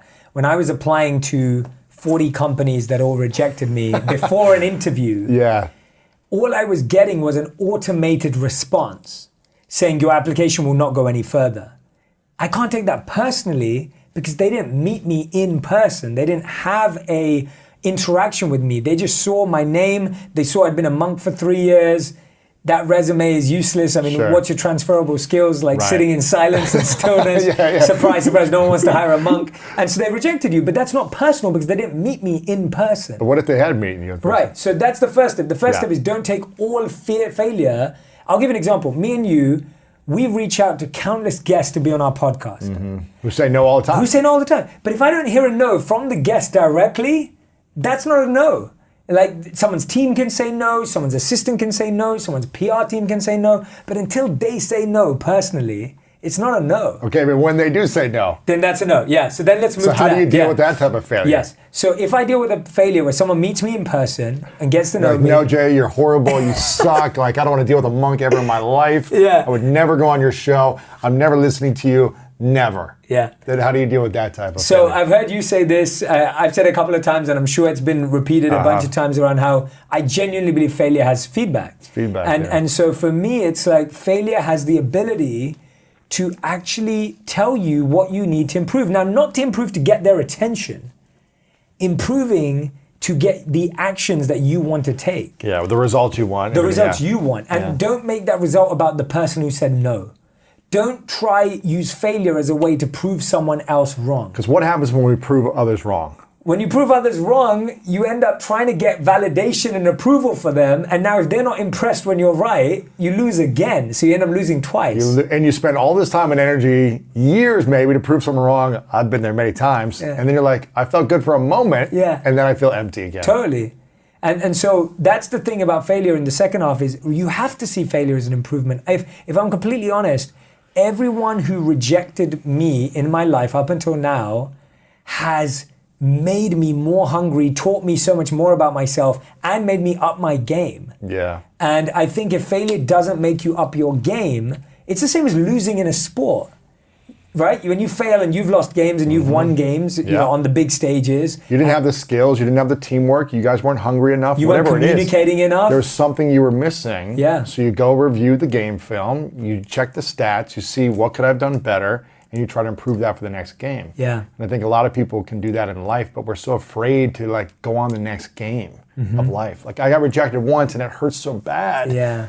How do people learn to overcome that pain of rejection? Yeah. To keep going. Yeah. You know, in sports, luckily there's a season, which is like you might have 30 basketball games. After you lose the first 2, you don't say, I'm just going to give up the rest of the season. Yeah. You keep playing. Yes. But in life, a lot of people stop playing. Yeah. Why? Yeah. I think that's great mental training too. I think Yeah. sports is great mental training because you have to show up to the next game even if you lost and you don't feel bad. Exactly. That you don't feel good, sorry. And one of the things, before I dive into that question, one of the things that you reminded me of was the Last Dance documentary. So there's that season that Michael Jordan, everyone is in agreement that he is one of the best players to be playing. And they keep losing. And they didn't make the finals. Right? They didn't make the finals. They lost. And then they realized they need to get the team. And they need to find, I think they're bringing Dennis Rodman. And then they start bringing in all these other players that strengthen. Whereas if they would have just said, oh, we got the best player in the world, we just keep doing this, I'm not sure they would have got there, right? But the coach, Phil Jackson, and the team, they had to adapt. And so you're saying, why do we feel that pain in rejection and how do we deal with that? I think we feel that pain because we look at a failure, right? We look at it as a complete definition of us, right? We're looking at it as there's that famous statement of like, you know, failure is an event, not a person. Right. And I don't know who said it, but it's one of those statements that really clicks. Like failure is an event, not a person. Whereas we start thinking we are the failure. Like we say, I am a failure. Exactly, right? Like those are the words. I am a failure. I got rejected.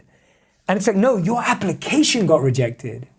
Yeah, your efforts. Your effort, your specific effort at this moment in time got rejected. Your specific exam at this point got failed. You are not a failure. And so you have to disconnect and distance yourself from the event. You know what's interesting is like no one who was successful at everything they did ever told a good story. Like the greatest stories are the ones who overcame failure and adversity. It's not the ones who are like, everything was easy for me. Everyone loved me. Everyone accepted my actions. I didn't have to work hard. And it just came to me effortlessly. Like people don't care about that. No. That's not a good story. That's not an inspirational human being. Yeah. It's the human that had to deal with adversity that we really admire and we look up to. Yeah. Even if they had some low moments, it's a much better story of hearing about someone's failure than hearing how they succeeded. Totally. And that's a beautiful lesson that one of the biggest mistakes we make is we don't study the stories of the greats. So how many people's lives have you studied from start to finish? Yeah. If you've studied someone's life from start to finish, I genuinely believe this is like the core skill that's needed. I would say that the people I admire, I have studied their lives from start to finish. I know why they made bad decisions, what they consider to be good decisions. Like there's autobiographies and biographies out there. There's podcasts like ours where people can come and listen to people's stories. If you've not studied someone's story, then you can't follow that path because every time you hit a rejection, so every time I get rejected, I think of Steve Jobs getting kicked out of his own company. Crazy, isn't it? Every time I fail, I think about Michael Jordan losing a game. Every time I get tired of training, I think about Cristiano Ronaldo putting in that extra rep. Those are the visual cues that we need, but you only get those visual cues if you've done the research and the study. And then you go, oh, if Steve Jobs was kicked out of his own company, but then still had the audacity at one point to go and build Pixar, then I think I'm all right if I just didn't get this job. Yeah, and and Apple wouldn't be where it is today without him getting kicked out, learning the lessons, having humility, like gaining some compassion, all the things that people said he didn't have fully at that time. He learned by having to be kicked out, start something else, bring a new perspective. Yeah. What did you call it? The association? Yeah, associating, yeah. Like he was able to then go somewhere else and spot different trends, and then he came back to Apple and built it to where it is today, or helped build it to where it is today.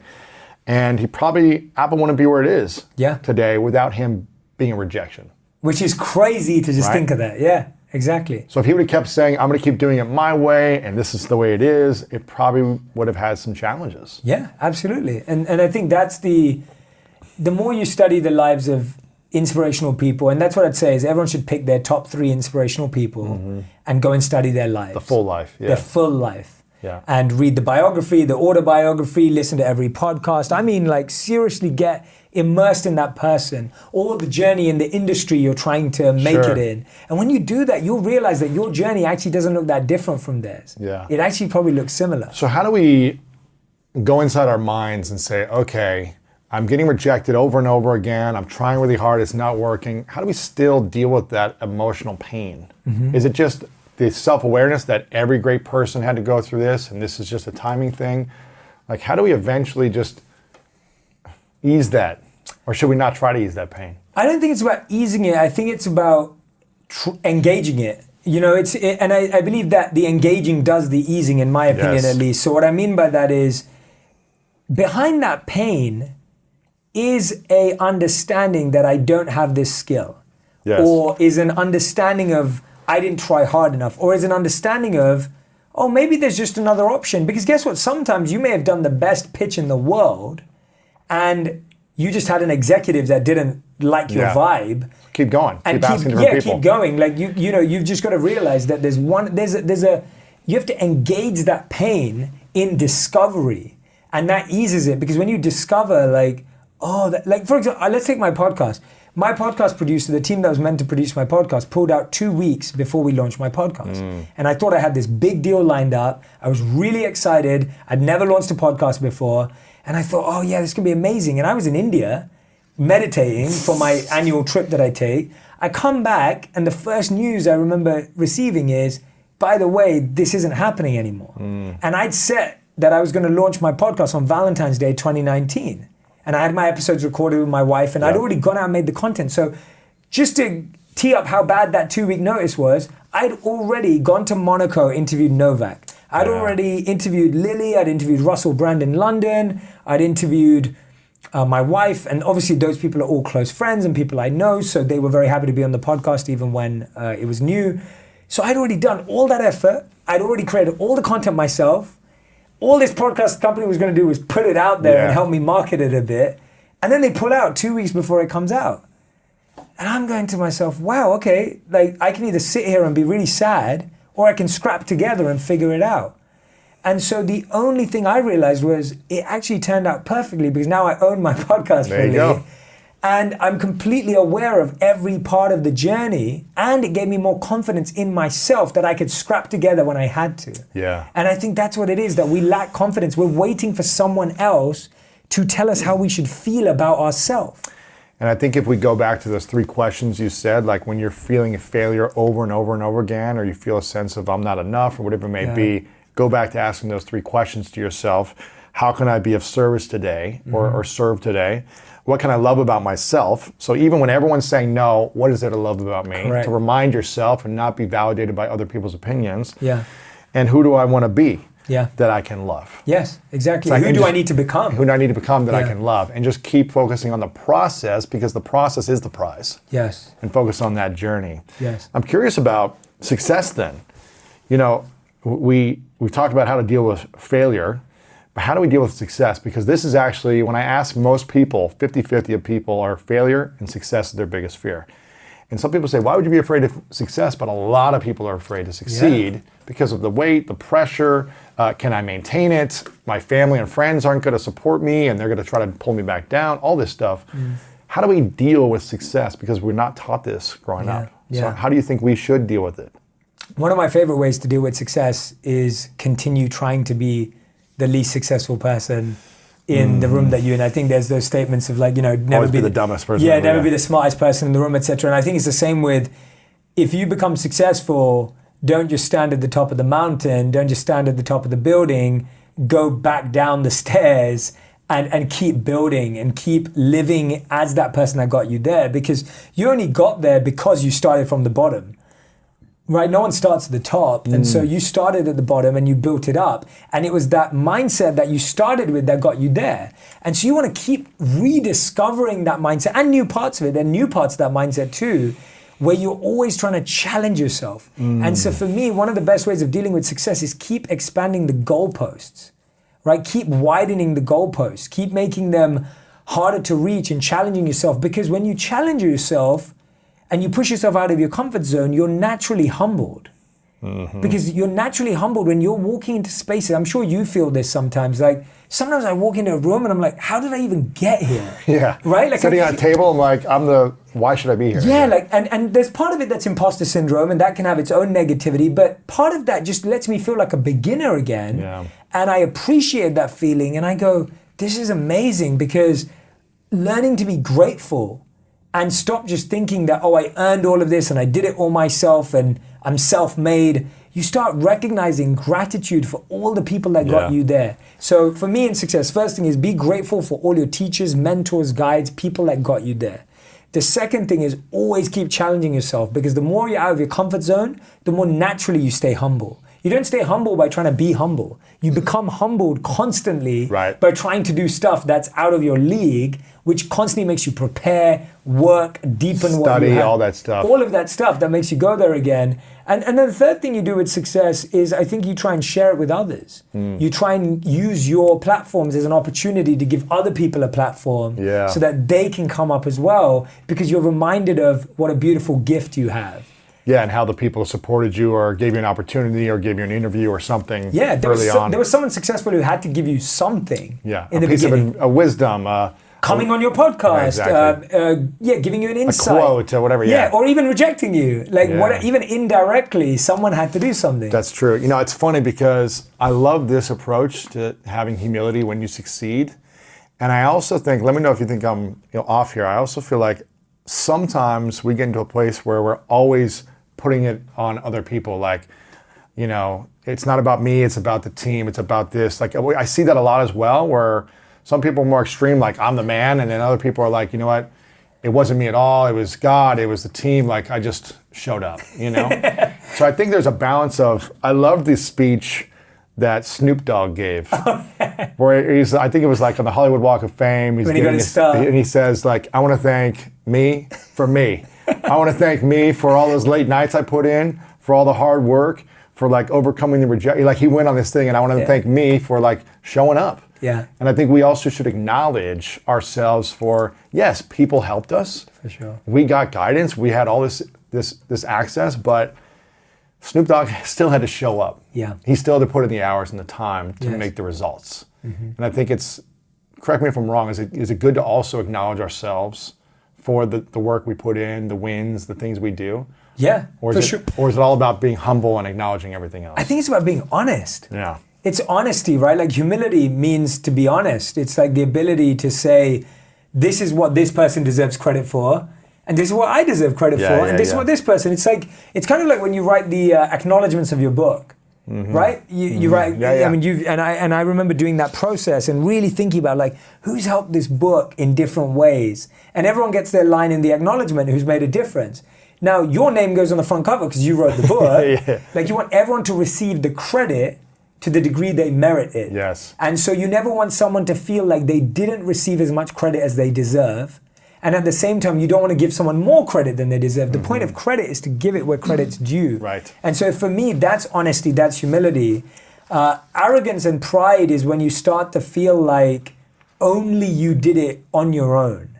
And we all know that's just not true. Like, I can't say I did it all on my own. I can't anyway. I definitely can't say that. And I can't say it was all other people.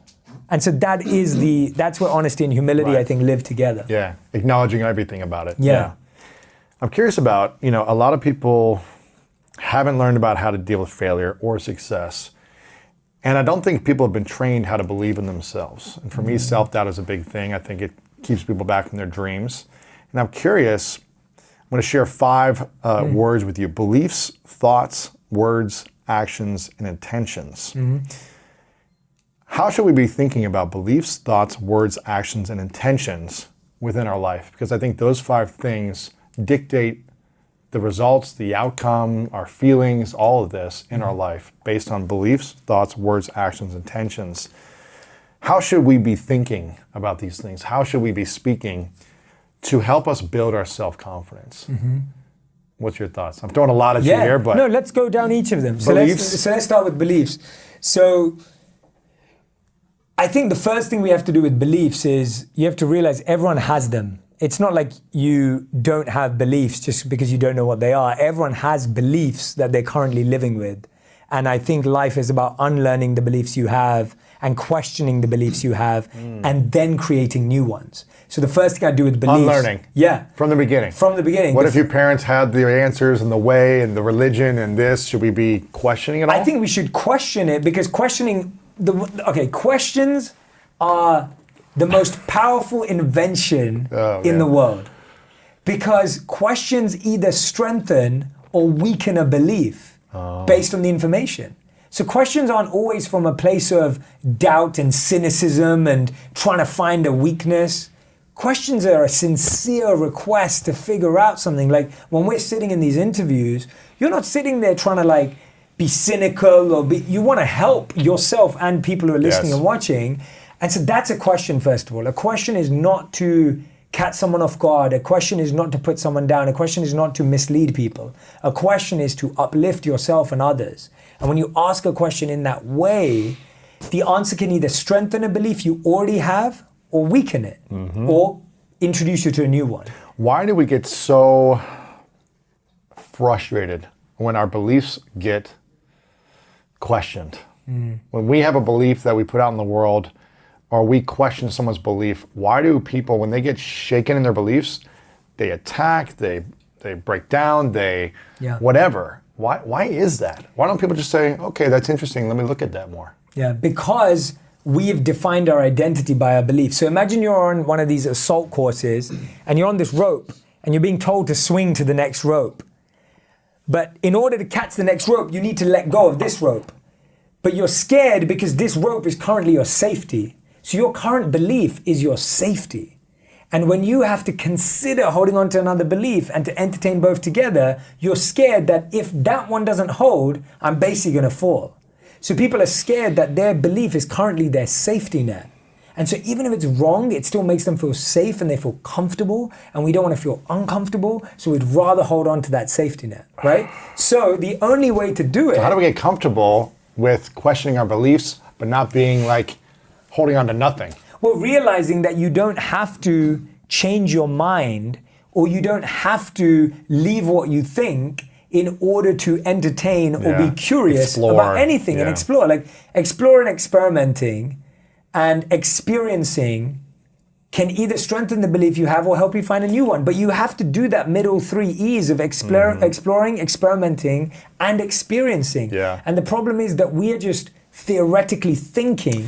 We're not experiencing the benefit. And this is what I love about what you've done in your past. We've talked about this, how you grew up in a certain religion and then you started studying different religions to see, okay, let me just try this on and let me see what I like about this religion. And does that apply? Can I let something go in what I grew up in? Not making anything right or wrong, but just saying what works for you. Correct. Right? Yeah. And I think taking that experiential journey of asking questions from different beliefs allows you to just say, okay, yeah, this is working for me already. I don't need to change. Exactly. And I like this, and I'm going to keep growing and go from there, right? Yeah, definitely. I desire for safety and security. So what you're speaking about was when I was around 16, maybe 15, we used to celebrate Christmas every year. And Christmas is probably my favorite time of year. Yeah. We were talking about it. Like, I love listening to Christmas songs and I love Christmas decoration. And for me, Christmas is presents. It's presents. And so I grew up in a culture where we celebrated Christmas, but Christmas was presents and a family dinner. And because I went to my school in England, we'd celebrate all the religious holidays. So we knew about all the main stories behind every major world religion. And so I remember celebrating Christmas at home, but thinking, I don't know that much about Jesus. And should I not be connecting with Jesus because that's why we even have this day? And so I started going to church in my local area just out of curiosity. I wasn't trying to be a Christian or trying to be a Hindu or trying to be anything. I was just interested and curious to be like, what is it about Christ that created a day that has lasted thousands of years, that people all over the world celebrate? There must be something here. And so I feel like we get so scared because we want clear designations. We want like a clear title of I am this or I am that. And that gives us a sense of safety and security. But really answers come in the curiosity, not in the security. Yeah. Right? What does that identity do to us, in a good way or in a negative way? In a good way, it creates and this isn't just about religious identity, it's any identity. Just I'm any a podcaster identity. or whatever. Yeah, it's not about holding religion. on to this identity of yourself. Yeah. So in the good sense, it surrounds you with more people like that. So if I'm a podcaster, I hang out with more podcasters, we learn more about podcasting, and that's a great thing because we all become better podcasters. The mistake is I go, oh, I can only be a podcaster, but I can't write a book. I can't make a video. I can't do that now. And that's the mistake that it makes. So it should be evolving. These titles that we give ourselves, these communities should help us evolve, not devolve. Yeah. And not stop us from expanding and growing. Okay. And so you want to be around people that are always curious and insightful. What did you notice about the outside world maybe a year or 2 years into the flow of your learning, you know, about yourself and about the wisdom and the philosophy of being a monk? What did you start to notice the most common things of when you were just talking to people or just walking down the street and just being aware of what was happening? Absolutely. It's actually, I've been quoting the Gita a lot, the Bhagavad Gita, but I'll quote a modern day, I guess somewhat modern day philosopher, because I think this encapsulated it perfectly. He said that, this is Cooley, a philosopher, writer, he said, today I'm not what I think I am. I'm not what you think I am. I am what I think you think I am. Right? And I always feel that blows my mind every time I say it. I'm not what I think I am. I'm not what you think I am. I am what I think you think I am. So we live in this perception of a perception of ourselves. So we've all seen the movie Inception. Imagine you get lost so far into someone's perception, and that's your perception. So if I think Lewis thinks Jay's good, then I feel good. But if I think Lewis thinks Jay's not good, then I don't feel good. And we live like that today. If I think someone thinks I'm confident, I feel confident. But if I think someone thinks I'm not confident, then I don't feel confident. And that's what I noticed when I lived as a monk. That people were so far removed from their own understanding of themselves that they were either lost living a life they didn't want to, lost living up to someone else's expectations, or lost becoming someone to impress someone else. And so people were their real identity is almost buried under 6 feet of multiple identities they've created. And that's what I started to notice. We have a social media identity, we have a LinkedIn identity, we have a Twitter identity, we have a Facebook identity. Then we have an identity we are to our boss. Then we have an identity we are with our Friday night friends. Then we have an identity we are to our Sunday people. And we've just created all of these identities. And if you ask people, who are you? We struggle to answer that question. And so as a monk, you're just taught to dig deeper beyond all those identities and kind of, again, bring out yourself rather than define yourself. So that was what I noticed. I just started to notice that people had a big lack of self-actualization. They were very disconnected from what they wanted, needed, and understood about themselves. And most people's identities were crafted by the reflection in this mirror of their mom, dad, friends, boss, partner, whatever it may be. Right. How do we start to tap into self-realization better? Yeah, how do we learn that about ourselves? So I think it starts even at a physical level. I'll give a basic example at a physical level. Anyone who's a physical fitness or a health coach will know that different bodies need different food, different sleep, different fluids. We don't all need the same thing. Me and you with different body types can't do the same workout. Right? We can't. I would die if I tried to lift what you lift. It just wouldn't work. And I would die trying to sleep on the floor. Right, exactly. No, but exactly, right? And that's the point. Our bodies have different tolerances in different things. That's self-awareness at the physical level already. So now what I realized by living as a monk is I can't survive off a 4-hour sleep a night. Like I realized that about my body. When you were a monk? Kind of when I was leaving and when I kind of came back to my real bed and I was just like, oh, I like this. This is, this is good. Right? And I kind of came to that realization that I'm not able to function as effectively as I want to. I could when I was a monk because we meditated so much. That just got you to a higher vibration. Exactly. Like... So now I meditate 2 hours a day. Then I used to meditate 4, 6 hours a day, plus the collective, plus the environment. All of that helps. So now that I don't have that, I can't. But if I have that, I can. Could have just slept for those 4 hours and been better. yeah, exactly. So the point I'm making is that's physical self-awareness. We know our limits, we know what we can do, we know what we can't do, we know what our challenge is. On a mental level, what's self-awareness? Knowing what type of people I like to be with. Knowing who helps me grow and who drains me. Yeah. That's mental self-awareness. So self-awareness at every level, and then we go into the spiritual consciousness level. That's disconnecting from all these identities and understanding the identity that we are wired for generosity. And we're wired to serve. And only in service can we be happy. And that's us on a consciousness level. That's the identity of consciousness. Like water is wet, the sun is heating and light. Consciousness is service. Like that's how it fits. Why are we wired for that? We're wired for that because all of us as consciousness have been designed, and we see it since like even kids. Like I was giving this example of this beautiful, and you may have seen it. It went viral on Instagram. It was this little girl, probably about 2 years old, watching a cartoon, and she takes a handkerchief, and the cartoon character's crying, and she goes up to the television and she tries to wipe it off, right? And it's incredible because this girl's 2 years old, and she thinks this cartoon character animal's crying, and she gets a real tissue and tries to wipe it on the TV. Obviously, it doesn't work.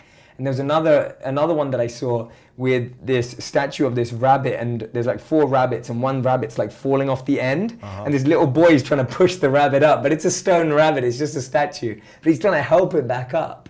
So we see, and there was a great article in Wired about this, about how we're wired for generosity. Our brain is happier in service. Why are we that way? I'm not fully sure. But what I do know from my experience as a monk, or what I can verify, is that we've been created to connect and serve. Right? We've been created to connect and serve. But you don't know why. I can give you my opinion and the Vedic opinion. I can't tell you why for everyone. Right. The reason is, the main deep, or the main Vedic reason is that we've been created that way because that's our nature and that's what makes us most happy. Because this whole world is almost a school, an education system to make us realize that one truth. To make us realize that one truth. And we see that when we're serving, when we're doing that, we feel genuine happiness. But when we're trying to gain and greed and power and strength, we even feel empty as it slips through our fingers. So the why is because that allows us to connect to our deepest self, the happiest self that we have. And modern studies have shown that. So Michael Norton at Cambridge University, he did a study where they gave people $5, $10, $20 to spend on themselves. Have you seen this? Go ahead though. Yeah. And then they spent $5, $10, $20 on others. So people spent $5, $10, $20 on makeup, Starbucks, and the normal stuff, right? That was the three makeup, Starbucks, and then something else, I can't remember. And then people who spent on other people, they also bought the same stuff. Starbucks was still in there, and they're buying all this stuff. What they found is that when people self-assess their happiness before and after, without knowing about this A/B test, people who spent the money on themselves didn't feel any happier or any less happier. But the people that spent on others felt 10 to 20% happier. And then he went and tried this out. This was a college in the United States. They then went and did it in Africa. They did it all over the world. And the stats and the pattern showed the same. Wow. That we're wired for generosity. We're wired to serve. To make us realize that that's our real nature. That's our greatest self-awareness. Wow. Right? So that's the Vedic opinion. And that's why you had to probe me to go to why it is. I know why it is, but I want to give people an answer that I feel they can connect with. So what was one of the greatest lessons you learned in those 3 years then? Do you want me to share the one I shared before or share another one? I've got share another one. Yeah, okay, I'll share another one. This is probably one of my favorite things, and it's because this was what I learned on my first day of monk school. So if you think about what you learned on the first day of school when you were 3 or 4, if you remember what it was, A, B, C, D. Yeah, exactly. Alphabet, the numbers, right? 1 to 10, A, B, C, right? The 26 letters of the alphabet. So I remember my first day of monk school. I've just shaved my head. I'm now wearing robes. I still look like I'm from London, like I can't get away with it. I'm walking around and I notice this monk who's teaching. This monk's 10 years old and he's teaching a group of 5-year-old monks, right? And I see him teaching. He looks like an adult, like, wow. You know, his ability to like teach these 5-year-olds and conduct himself, and he's got this great aura about him.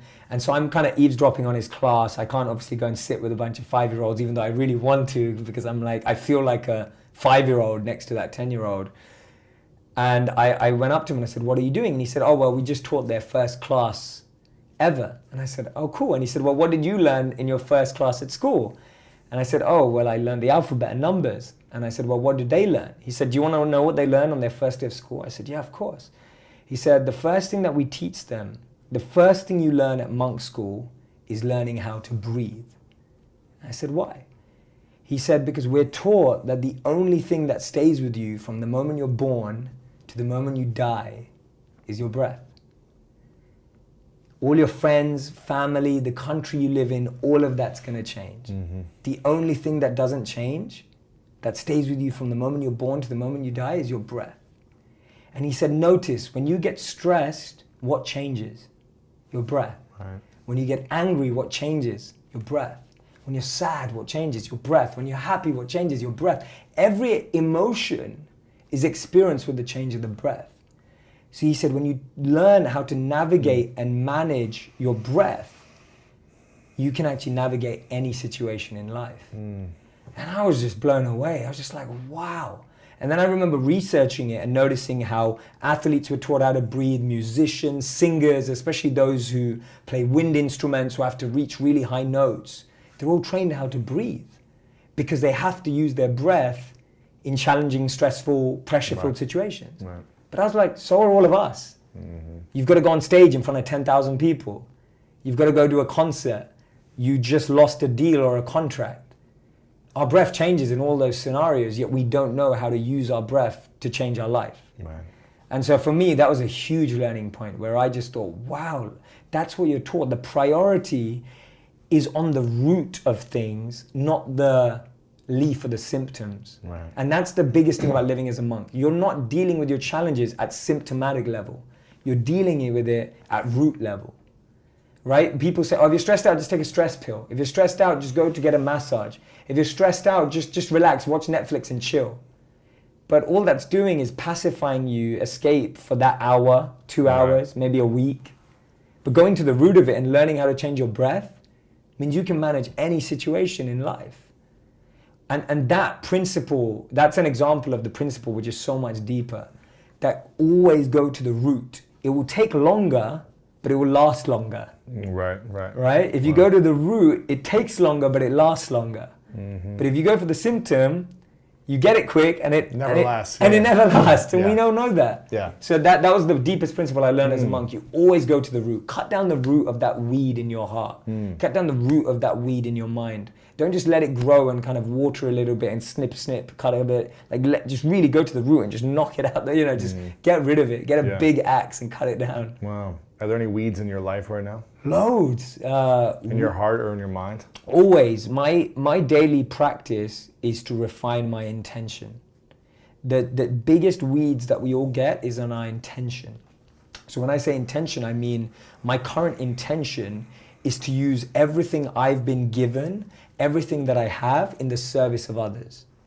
So I want to use the following that I have to help people. I want to use the money that I have to help people. I want to use the network that I have to help people. Mm-hmm. But every day that intention, which is a beautiful little plant that's growing, gets weeds around it. No, do it for the money. I hear that voice, right? Do it for the fame. Just do it for the fame, do it for the followers, do it for this. All these weeds are like going around my real intention every day. Every day. That's a weed.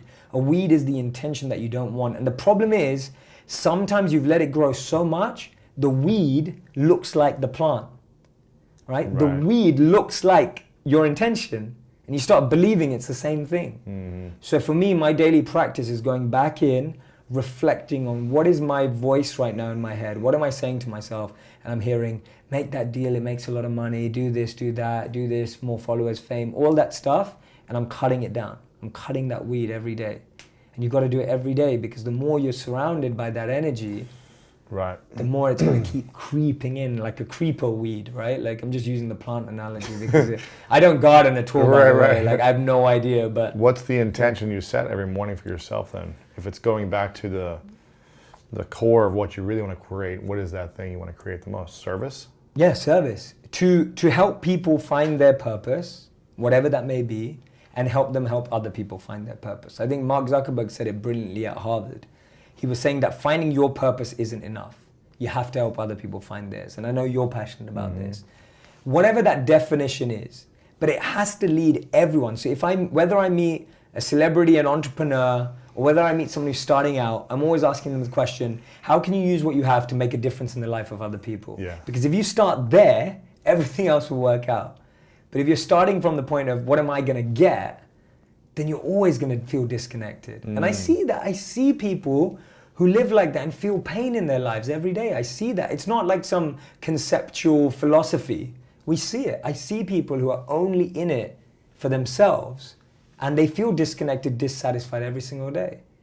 And then you see the other extreme where people are just trying to give too much, more than they even have themselves, and they also feel disconnected. Right. And again, and they have nothing at all. And they have nothing at all, right? So we know, again, attachment and aversion, two sides of the same coin. So we want to be in that dynamic balance of growth, but always to give. Yeah. So I always think, how can I go 3 steps deeper so that I can move 3 steps forward so I can give 3 times as much?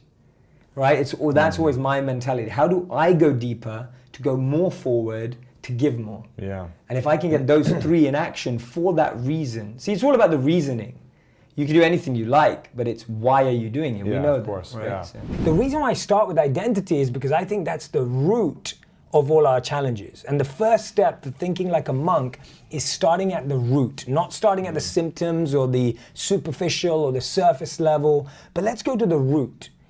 If you're playing a role, if you're wearing a mask, if you're dressed in clothes that are not yours, then you end up living a life that's not yours. And in the book, I give this example of method acting. Yes, with Daniel Day-Lewis. Yeah, I'm a massive movie amazing. junkie, and I love method actors. So people like Heath Ledger, of course, from the Dark Knight series. You've got Jared Leto. So Jared Leto, when he played the Joker in, this is not in the book, in Suicide Squad, he used to send dead rats in the mail to his co-stars. He did not. He did, because he was trying to get into the mindset of how someone that perverted would behave. And then Daniel Day-Lewis, when he was filming for Gangs of New York, he's actually wearing these coats that are centuries old so that he can get into character when he's off camera. Yeah, when he can feel it, right? He's not wearing watches. He's not carrying around his mobile phone. They're speaking in the accents. And he talks about how he actually went crazy. Because guess what? When you fake being someone for so long, you think it's your reality. And that's what happens to all of us. We play a role at work, we play a role at home, we play a role with our family, we play a role with our friends, and then we think that role is us. Right. And we lose ourselves. And to me, that is the core reason why we're chasing things that are not important to us. We're unhappy despite reaching accolades, and we feel dissatisfied. So what should our identity be then? Our identity should start with unlearning everything that we think we know about ourselves. Okay. And how do we unlearn? So the best method of unlearning is this. First, and I'm gonna get really strategic and tactical because I think that people need to know what to do rather than a concept. The first thing you do is write down everything you currently are chasing in your life. Make a long list. Your goals, your dreams, your goals, your dreams, accomplishments. Anything that you're currently chasing and pursuing. Okay. Write them down. You can write down 3, you can write down 5, you can write down 10, depending on how ambitious you are. Second line, ask yourself, what is the source of that? Where did you get that idea? Did you get that idea from a TV show you saw? Did you get that idea from your parents? Did you get that idea from your mom and your dad, your sister, your cousin? Did you get that idea because your friend just got proposed to on Instagram? Did you get that idea because your friend just got promoted?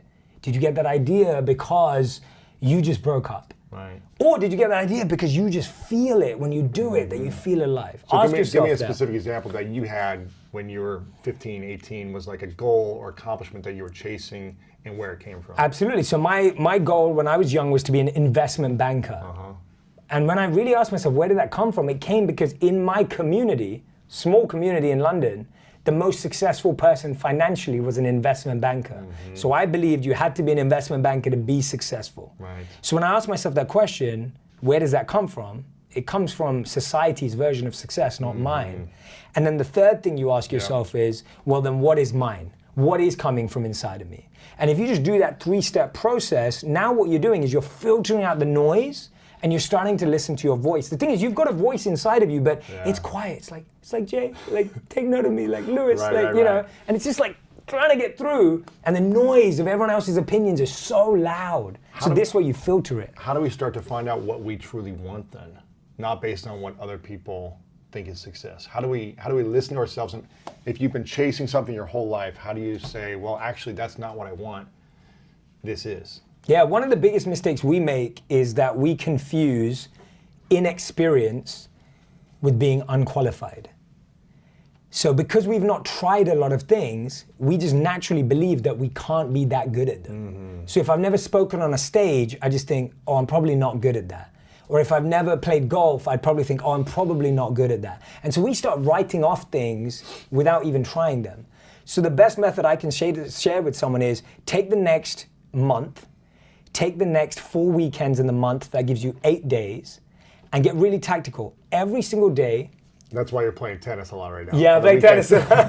Take the 8 days, go join a course, an online course or workshop, go and shadow a friend, go to a seminar, a conference, go to reading a book, listen to a podcast.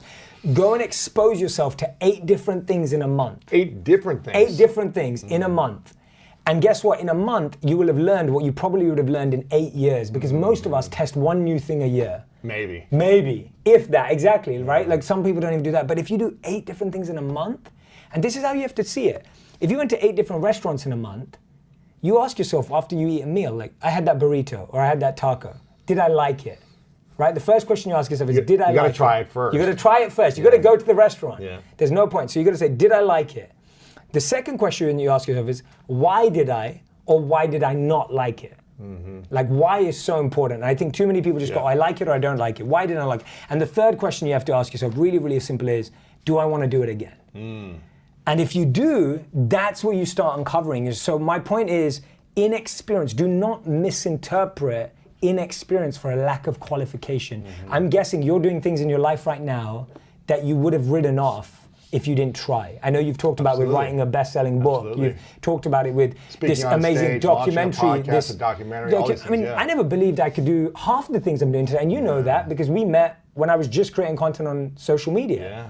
And it's like now when you see things expand, you're like, you don't know until you give it a go and ask yourself, do I enjoy it? Yes.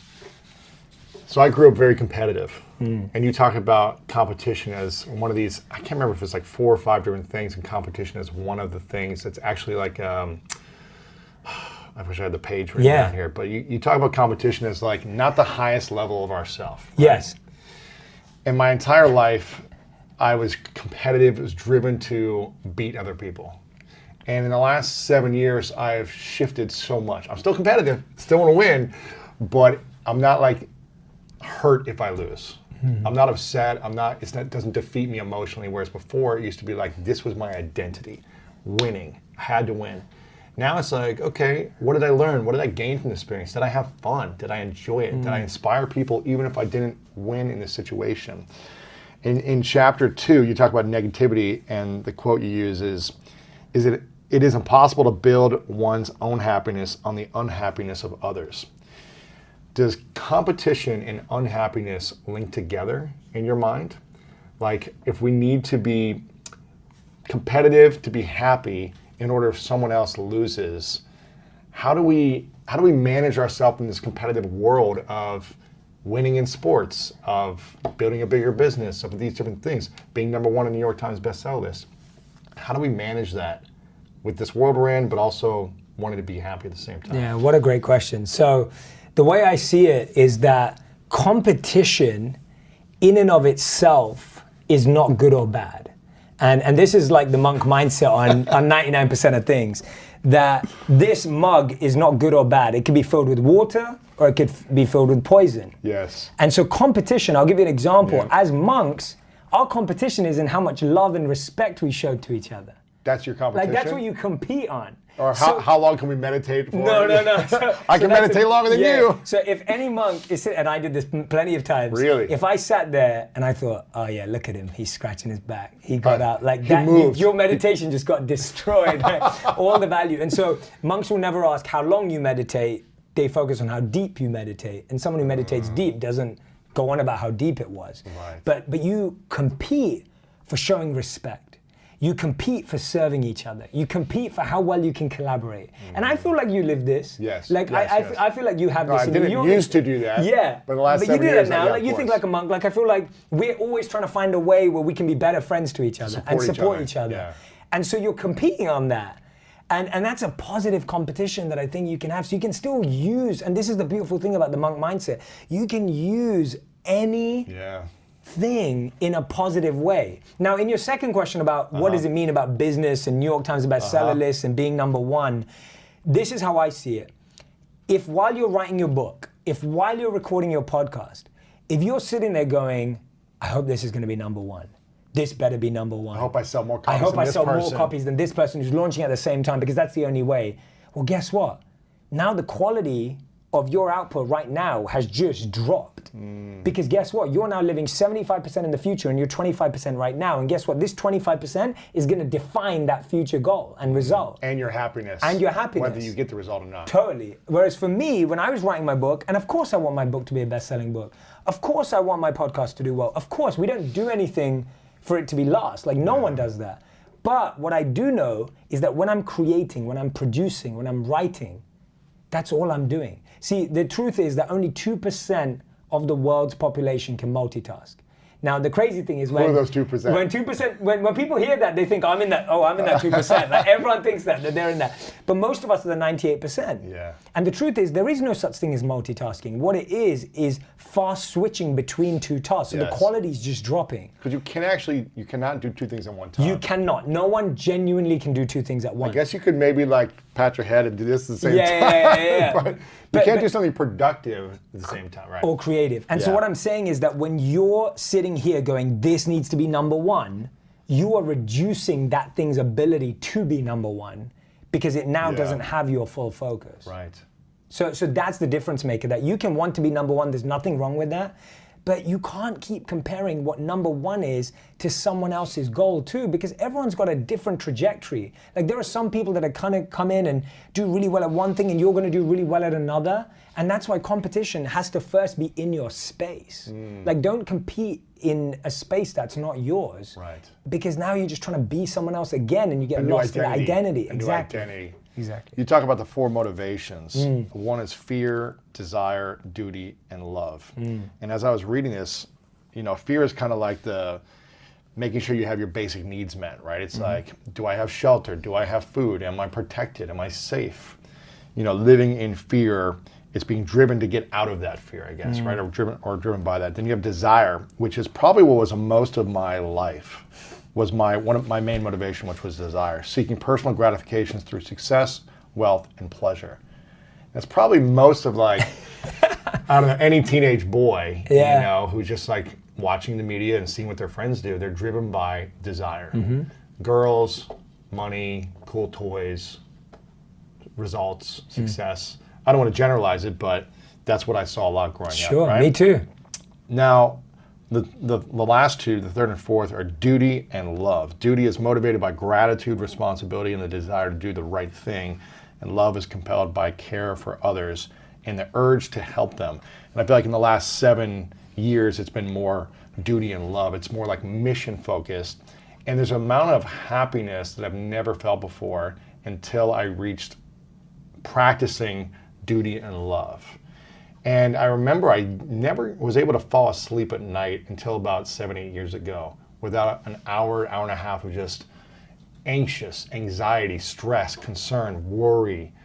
And when I shifted from seeking personal gratifications to being motivated by a mission and love and gratitude, it's like I started to fall asleep within minutes.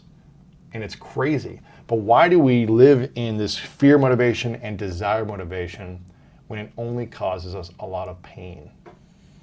Great question, man. And thanks for sharing your journey too, because I mean, everyone, as you can see, Lewis is already thinking like a monk. So it's great. I love it. But great question. The challenge is that we think things come with emotions. Feelings. We think things come with feelings and emotions. And guess what? They don't. So if you chase money... Well, they might for a moment, right? Or they won't?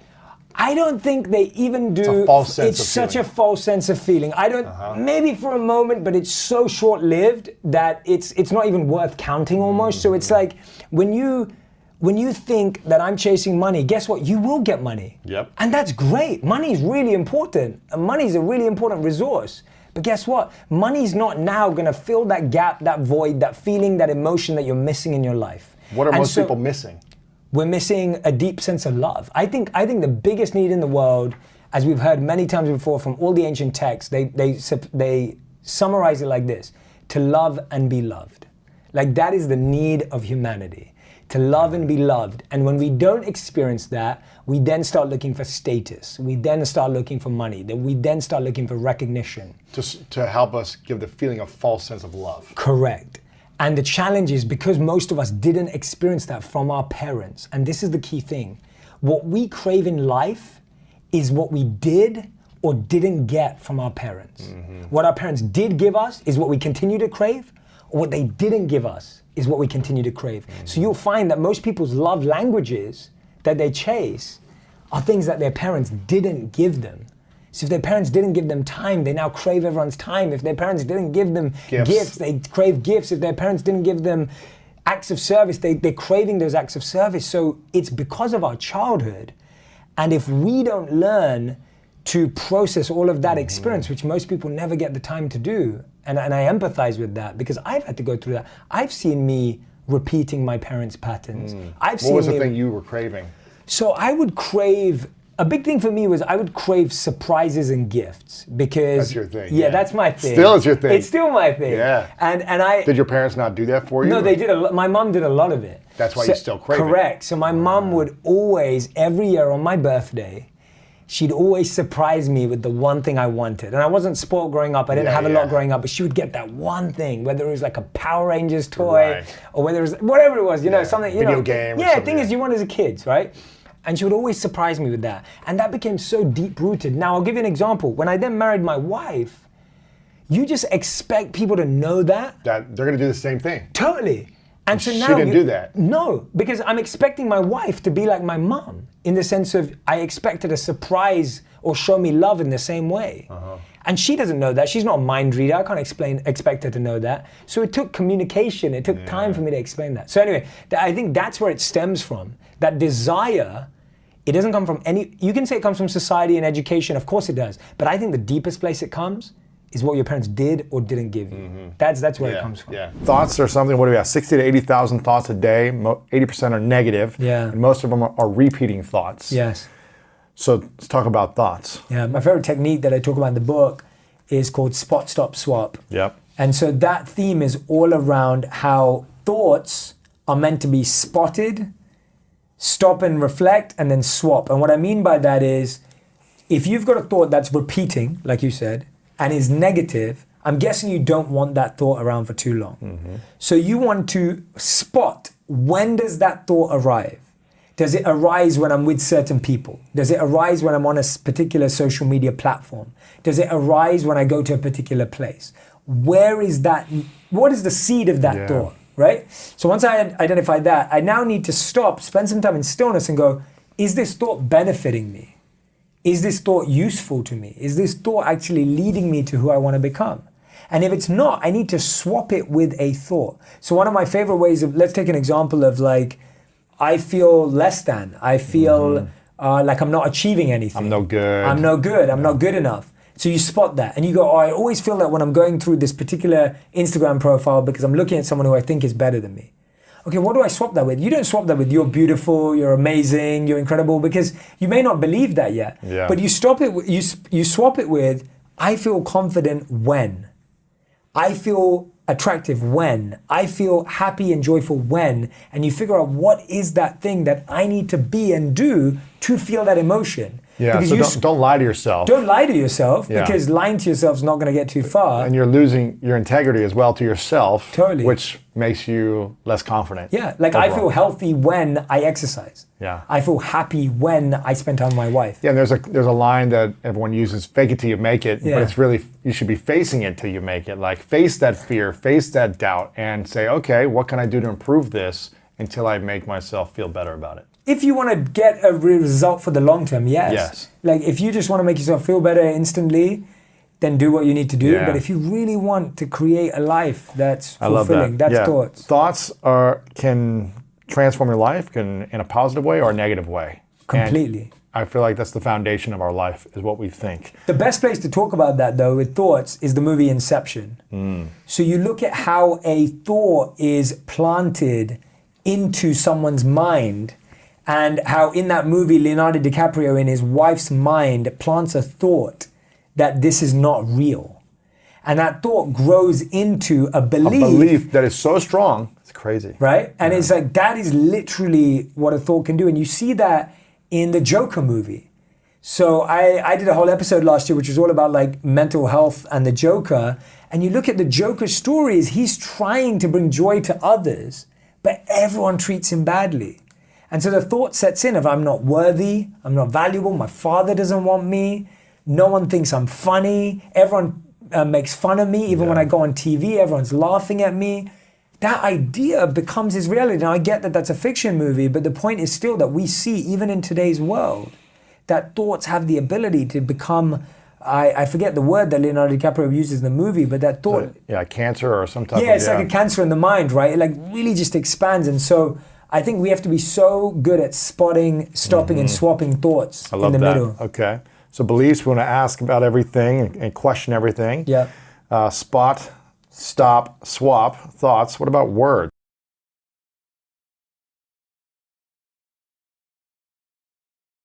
It's all about. So What is this? So it's called Harvard List of Emotions, but I kind of changed the name to Emotional Vocabulary because I think it sounds better. Okay. I think it sounds better. Okay.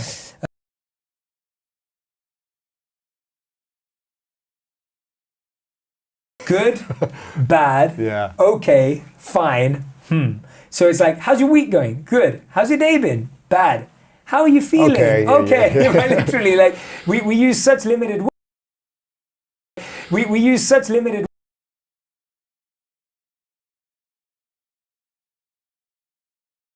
emotional vocabulary. So this table that Harvard has made, which anyone can find just by typing in Harvard List of Emotions on Google, what that does is that it shows you that when you say you're sad, what do you actually mean? So it gives you all this list of emotions that sit under the word sad. Are you irritated? Are you offended? Are you disappointed? Have you been let down? The more you expand your emotional vocabulary, the more you can diagnose how you feel. Interesting. And the more you can tell your partner or your friend, This is how I'm feeling. this is how I'm actually feeling. And this is one of the biggest mistakes with words, is that we think our words mean the same thing. Now, when you say love, you might think forever. And when I say love, I might think for tonight, right? And that is literally how the word love or care or marriage or forever gets misused, abused, and thrown about, because we both mean different things. And our meanings are based on our backgrounds, Our and beliefs. our beliefs, but Yeah. how we were born and how our our parents treated culture, us. our experience. Everything. Yeah, it forms our meaning. So I really believe that in a relationship, in our communication with words, define words.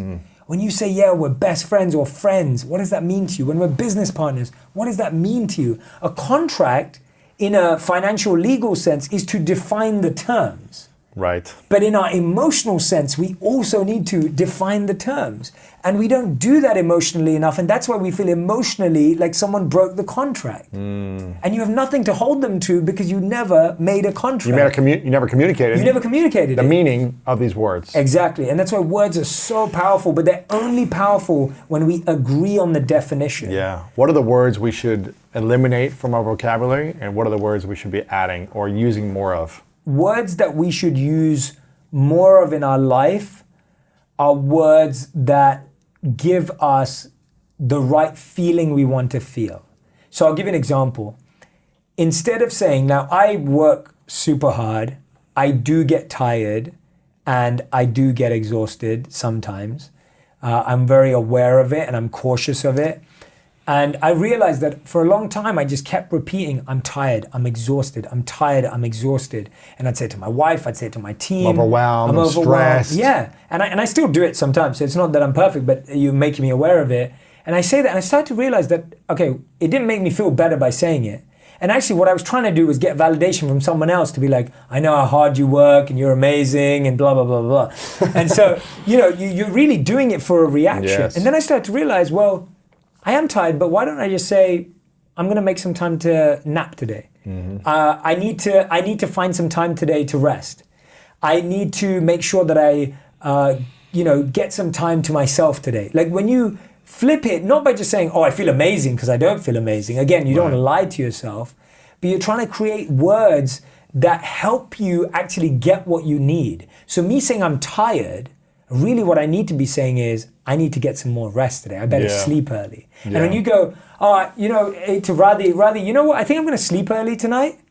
That's perfect because now I'll sleep early and I'll get the rest and I won't be tired. Yes. If I go, hey Radhi, I'm so tired, it just creates this negative pattern of complaining and whining and creating that in ourselves. What's the difference between a positive mantra and fake positive thinking? Because there's, the power of positive thinking, but if it's not accurate to where you're currently at, it could be out of integrity with yourself and you could feel off. Yeah. So how do we have a positive mantra or a saying or thoughts or words that support our growth as opposed to, I'm fine when you're not fine? Yeah, and that's exactly what I'm trying to avoid. Yeah. Because when I'm tired, if I was told to just say to yourself, I'm healthy, I'm excited, I'm energetic, I may survive for 30 minutes more, but that's not going to survive for 30 days or 3 years. And so for me, I find connecting positive mantras to an act or an action.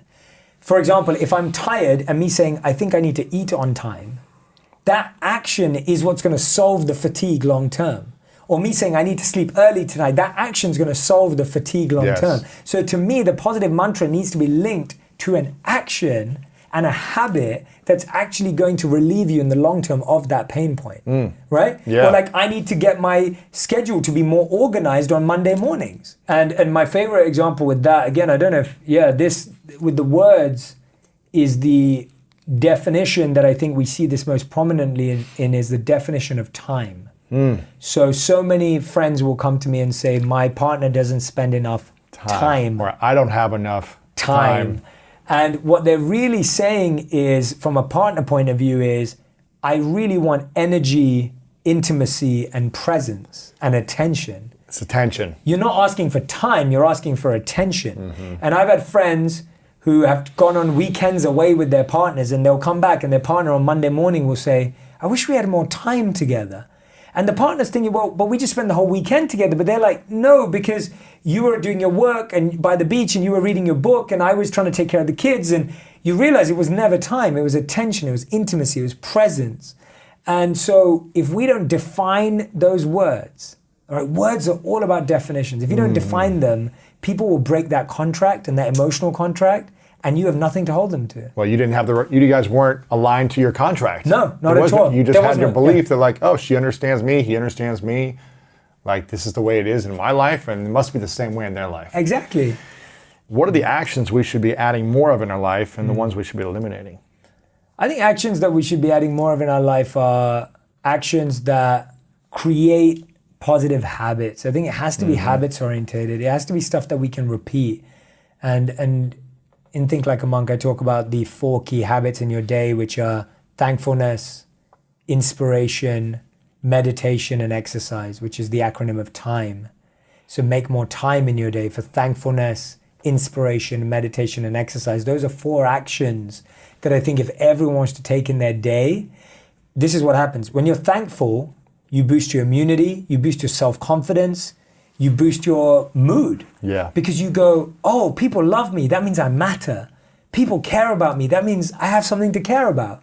So it boosts your mood. And then when you tell people that you're thankful, you now boost connection and relationship. And when you thank someone, you now boost the feeling of, I have people in my life that care about me and I care about them.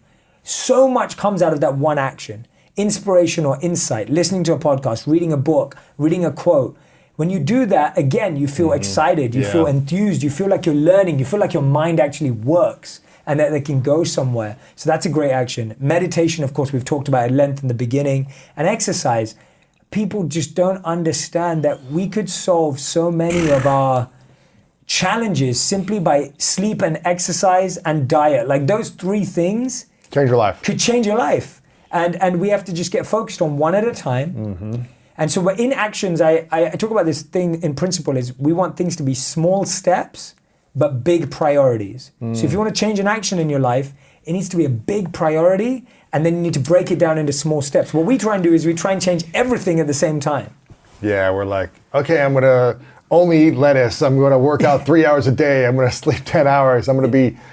It's like you need to shift your identity around like the thing and take the small steps towards it, but don't try to do everything right away. Yeah. Like if you want to be healthy and in shape, then you just need to change your identity to say, I am Mr. Fitness. Yeah. Like I am fitness. Yes. And I'm going to start living my habits and my actions towards being in fitness, in good health. Yeah. But you can't change every habit right away. No. Because then you'll get burnt out after 2 weeks. You'll be like, this is exhausting. Yeah. I'm not Mr. Fitness. Yeah, You need to change your mindset and then take those small actions. Exactly. And there's a beautiful quote from, this is more like an underpinning. Actually, this kind of leads to the next one. We'll save it for the next one. Yep. Intentions. Yeah. So there's a beautiful quote from the Dalai Lama where he said that we're born to help people. And if we can't help them, let's at least not hurt them. And I think that's the intention, that you want to leave every person happier than you found them, leave every place cleaner than you found it, leave every project more productive than you found it. Like you want to feel that if you couldn't uplift something or someone, at least don't pull it down. And I think that when you live like that in your intention, people feel that. This isn't necessarily something that you even have to say or do. People feel that when you just leave a place and all you wanted to do was give your energy in a positive way. So to me, intention is just coming from a place of how do I leave every person just a little bit happier than I found them. I don't have to change their life. Right. But how try do not to hurt them. Try not to hurt them. With everything that's been happening in the world right now, I'm hearing a lot of people say that intention isn't enough. Like having a positive, I had a good intention to like say the right thing, but it offended someone and it impacted them in a negative way. Yeah. So how do people understand that it's about intention, but it's also you might hurt people, you might offend people, even if you weren't intending to? How do we shift that in our mind and our actions to sync up our intentions to actually impacting people in a positive way? Yeah. You know what I mean? It's like it makes so much sense. A real deep intention means that you will care and do the research and study. And often we have a good intention, but it's not the deepest, greatest intention, so we try and wing it. It's based on our beliefs. Correct. As opposed to doing the research of other things. Correct. And so really good intentions make you ask questions and make you care and make you compassionate. And sometimes that doesn't mean saying a lot. Sometimes that means listening, learning, receiving, understanding.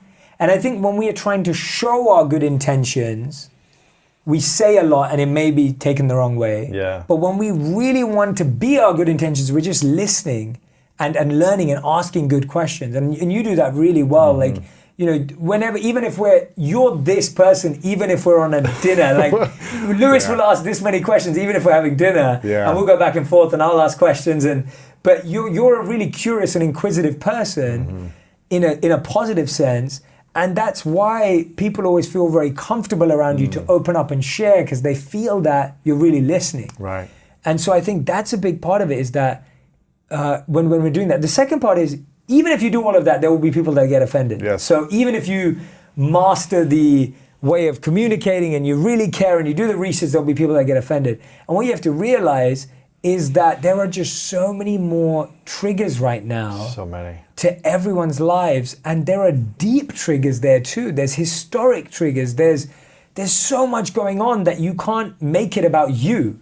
And I think sometimes we're like, oh, how did they get offended me? I tried so hard. But it's like, don't make it about you, because there's so many more things at play here. There's so much more going on. So again, we try and reflect it because we want to be liked. or considered to be supportive. Yes. But we're not realizing there's just so much more at play here. So much and more. so as long as you did your part and you tried. One of your mentors was a teacher there at this ashram, right? Yes. He said, time for you to go. Yes. So what was that conversation like when he said, you're no longer welcome? Yeah. And how did you start to plan for your exit? Yeah, definitely. So I've been there for 3 years. I've literally traded everything. Been celibate for the first time in my life for that long. It's, for that long ever. Like, it's huge. Yeah. And then he sits down with me and he says, I think you'll be able to share what you've learned if you leave. You'll be able to share this with everyone if you leave. And I felt like it was his nice way of saying, you're not ready to be a monk. Like, get out of here. Right? That's how it felt. It felt like I'd failed, and it felt like he was like breaking up with me. Like, I equate it to a divorce. It was almost like him saying to me, it's not you, it's me, it's not working out. Like, it kind of felt like that. Is this the same monk that who came to speak at college? No, it was his teacher. Oh, wow. So his teacher, so even more so. Yeah, even more so, right? Like, and it kind of felt, it wasn't disingenuous on his part. It was a reality check. It was a reality check that this wasn't going to last forever. And it was one of the most toughest, humiliating, ego-bashing, crushing things that happened. Because here I was thinking, I'm going to be a monk, and I'm going to do this, and I've got all these plans. And then all of a sudden, 3 years on, all your plans have failed. I've got no money, I've rejected all my corporate job offers, and I moved back in with my parents 5 years ago with $25,000 worth of debt from studying, which is a lot less than what you have in the US because UK education's cheaper, but still 25K debt, no work experience for 3 years.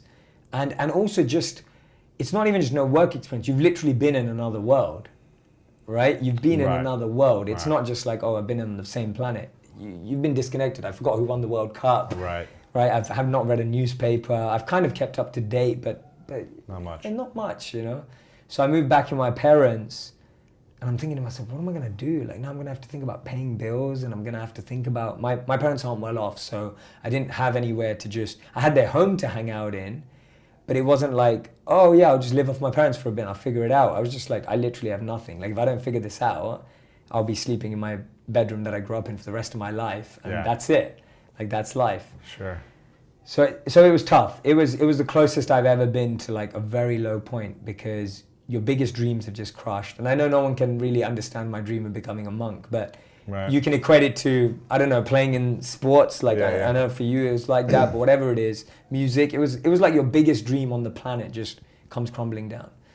And I felt it hurt. It really hurt. And it hurt the ego, because all my friends or family who I just about convinced that I was becoming a monk, when I was coming back, they were all like, wow, I thought you were going to be a monk. What are you doing? Like, did you fail at that? It was kind of like, you failed at being a monk. You can't do nothing? Exactly. You can't even think about nothing. You can't even focus on nothing. So it was like, I was getting a lot of backlash. And I was feeling like the monks, I was like, you start judging yourself, and you put that mirror onto others. And I was like, oh, the monks are going to judge me. My friends are going to judge me. Like, I'm going to feel so. And I felt alone. I really felt alone, because I'd let go of a lot to go there. I hadn't talked to my friends for ages. And so anyway, I moved back, and I literally, from the day after I left, I just started reading and learning more about what was happening in the world, started reading about personal development, and started reading about the Vedas again, like my practice. So I never left my practice. I brought it with me. And I had that moment where I had to decide. I was like, wait a minute, I've been taught how to deal with anxiety, pain, pressure, and everything as a monk. And for the first time in my life, I had to put it into practice, but in like acceleration mode. Like, I had to put everything I'd learned into practice, and everything I'd learned was tested in that moment. And that was hard, because I was just like, wow, I really need to now apply everything I've been talking about, teaching, all this kind of stuff. And I have been tested, but now this is a real test. Right. Real world. Yeah, real world. It took me like 9 months to 12 months to feel like I could go into a normal space again, maintain my energy, and still be able to interact without feeling drained, or without feeling like I'm in a lower space, or without feeling like, what's the point of this? All that kind of stuff. Because that's your mentality. You walk back and you're like, what's the point of this all? It's so meaningless. Yeah. But then having to realize, actually, it's not meaningless, because I was trained to realize that everything gets meaning when I give it meaning. So if I see it as meaningless, it is. But if I use it as a service, it can be the most powerful thing in the world. And it took me like 9 to 12 months to be able to adapt that mindset. so that I could kind of live with normality again to some degree. Right. Yeah. So when did you realize you wanted to start creating videos? That was much later. So I ended up doing two things when I left. One thing was all my friends who work now at big companies, they were stressed out and hating their lives. And so they started to invite me to speak at their companies like Google and Starbucks, and they worked. Tell us what you learned from being a monk. Yeah, that's it. They were all working at these big brands, and they were like, Jay, come teach us what you've learned. Like, we're stressed out. Maybe you learn how to meditate. And I was like, oh yeah. And this is 5 years ago when, 4 to 5 years ago when mindfulness and all this stuff was just on the rise. It wasn't huge yet. Like now everyone talks about it. So I kind of had come back just at that moment. Good timing. Yeah, good timing, but without any strategy whatsoever. And I actually remember, I know you've got Andy Puddicombe on your wall. I remember finding out about Andy Puddicombe when I was still a monk. And I always talk about this. I always say, he was there for 10 years or something, 12 years. Yeah, he was a monk for 10 years. And I think when he left and started up Headspace, I remember learning about Headspace when I was a monk. I remember hearing about it. And it was very early days then. Like monk made it. Yeah. It's possible. Yeah, and now I always look back and go, that was my I wish I could have invested then. You know? Right. That's like my thing. Like I had no money to invest. But anyway, it's a brilliant app. But the point being that I kind of came back at that moment in our world where mindfulness, well-being, all these things were coming into the corporate workplace. And so all my friends were inviting me. So I started speaking at all these venues. And I'd been speaking while I was a monk. I've been speaking since I was 16. So that was a very natural part. Teaching was very natural. And I loved it. And people were getting so much out of it. And I was like, wow, like my monk experience is really there to help so many people. And because I'm still living it, I can still give it. And all of a sudden, all of this environment had a meaning and purpose again. And I started to see what my teacher had said, that you're there to share this with people. Right. But then I saw this barrier that I was hitting, that most of the companies that wanted it were corporates. And I saw this rise in technology, and I hadn't even joined social media yet. So I avoided Facebook when I was in university because I thought I was going to be a monk, so I tried to avoid it. Then I never used it when I was a monk, so I never used Facebook, YouTube, Twitter, anything until 2014 when I just had a normal friend page where I didn't do anything on it. So I joined social media in 2014, 10 years after Facebook's launched. So I noticed this rise in technology, and I also start thinking I need to understand companies better. So I start reapplying to loads of companies to get my job back, to see if I can learn about technology, because I'm like, I need to get technology. I don't get it enough. So I'm applying to all these companies. I get rejected by the same 30, 40 companies that would have let me walk in 3 years ago. And finally, one company gives me a job. It's called Accenture. And so I get this break at Accenture.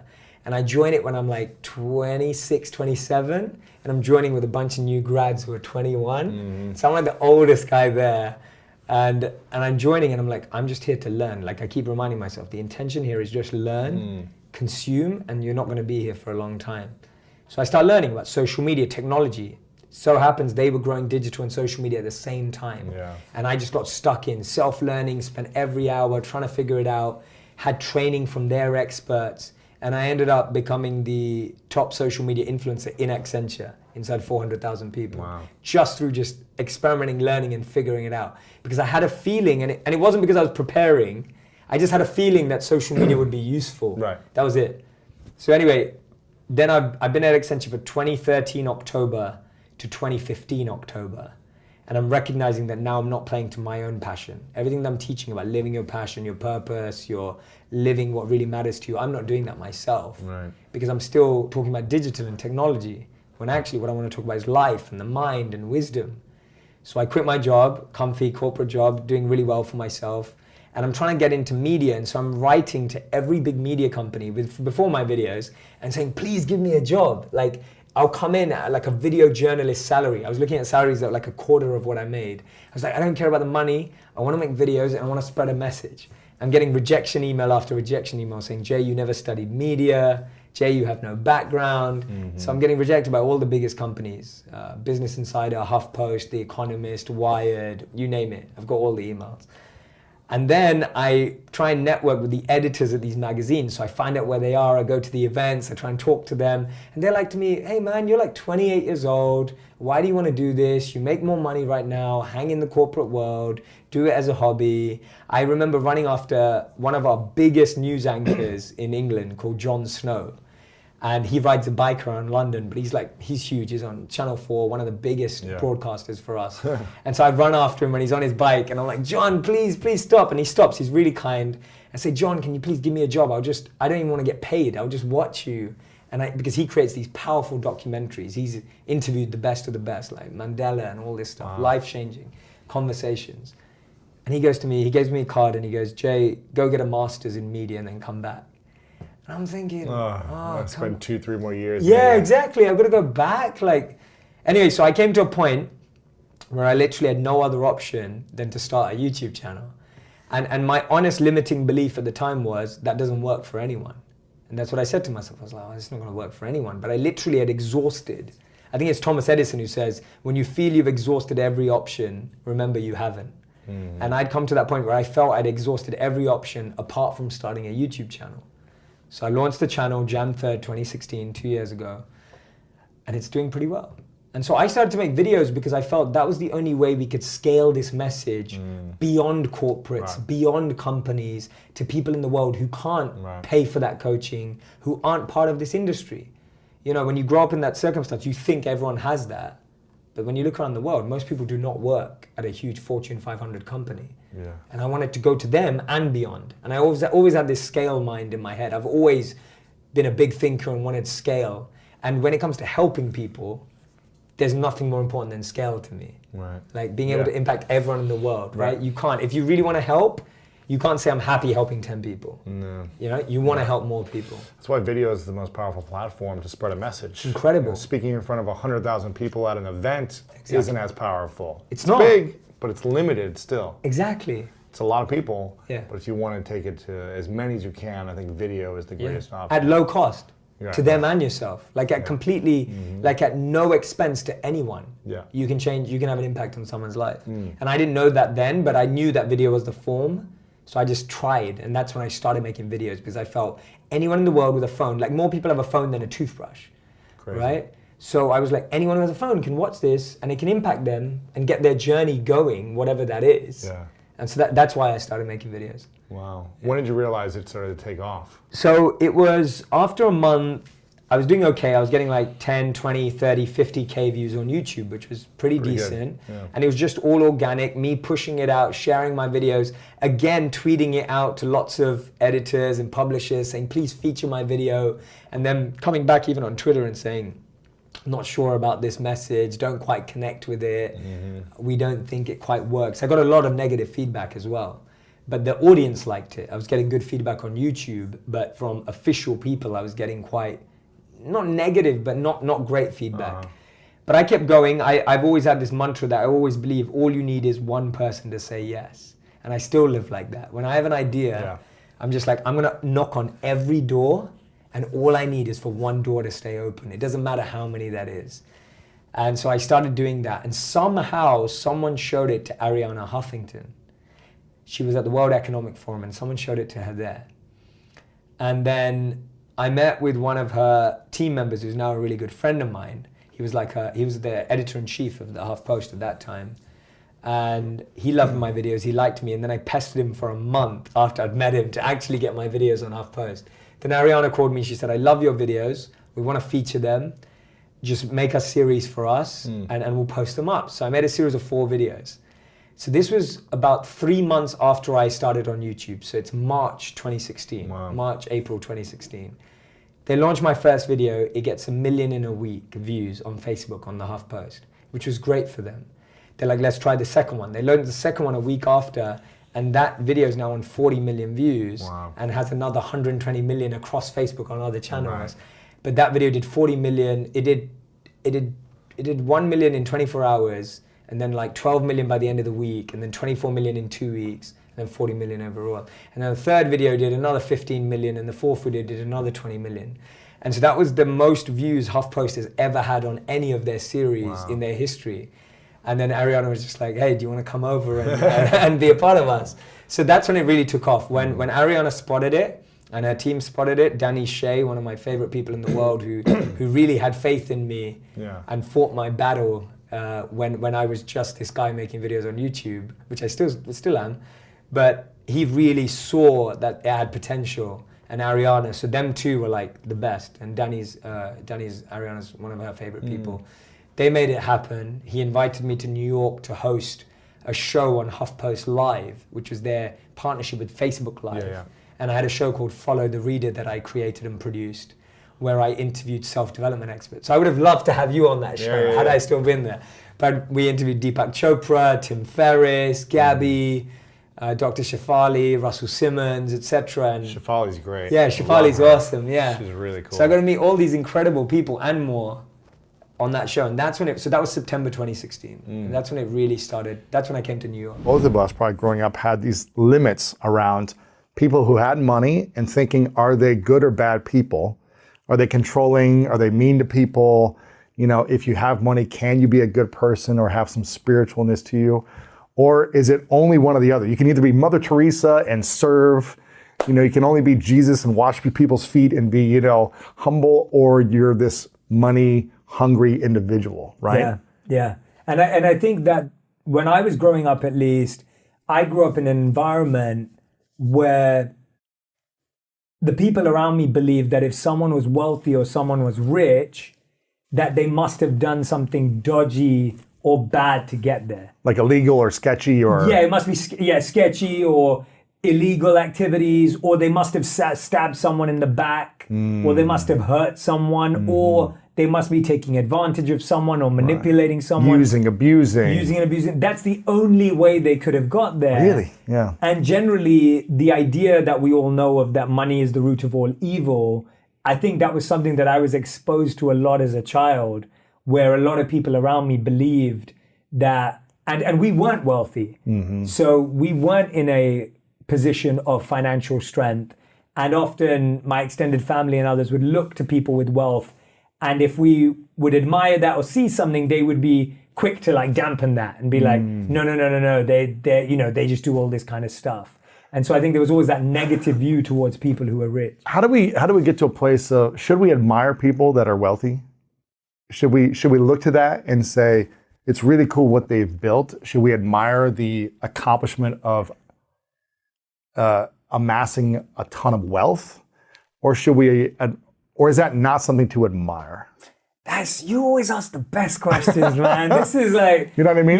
That's such a great question. Do you admire the results, or do you admire the person they've become on the journey of accomplishing the results and the actions they had in order to get there? So this is not an interview, Lewis, so I'm going to make you answer that question first. I want to hear your thoughts, because I've got my answer. I know what I want to say. Well, I think this is interesting, because I was going to ask you about...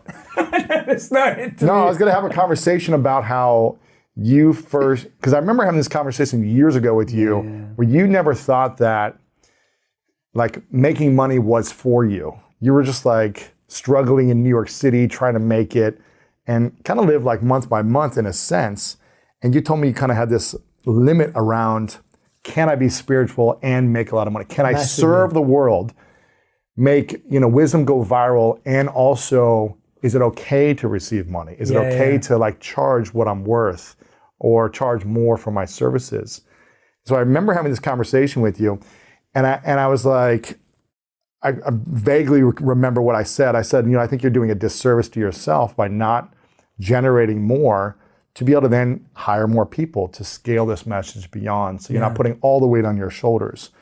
To be able to invest in more nutrition and food and comfortable sleeping space for yourself, all that stuff, so you can serve at a greater level. And so I think I'm answering the question where I think if you're doing your life and you're being in service and being the best you can be and as kind as possible to people on that journey, then I think it's both admirable and it's cool to see what you could create financially as well with the impact you're creating in the world.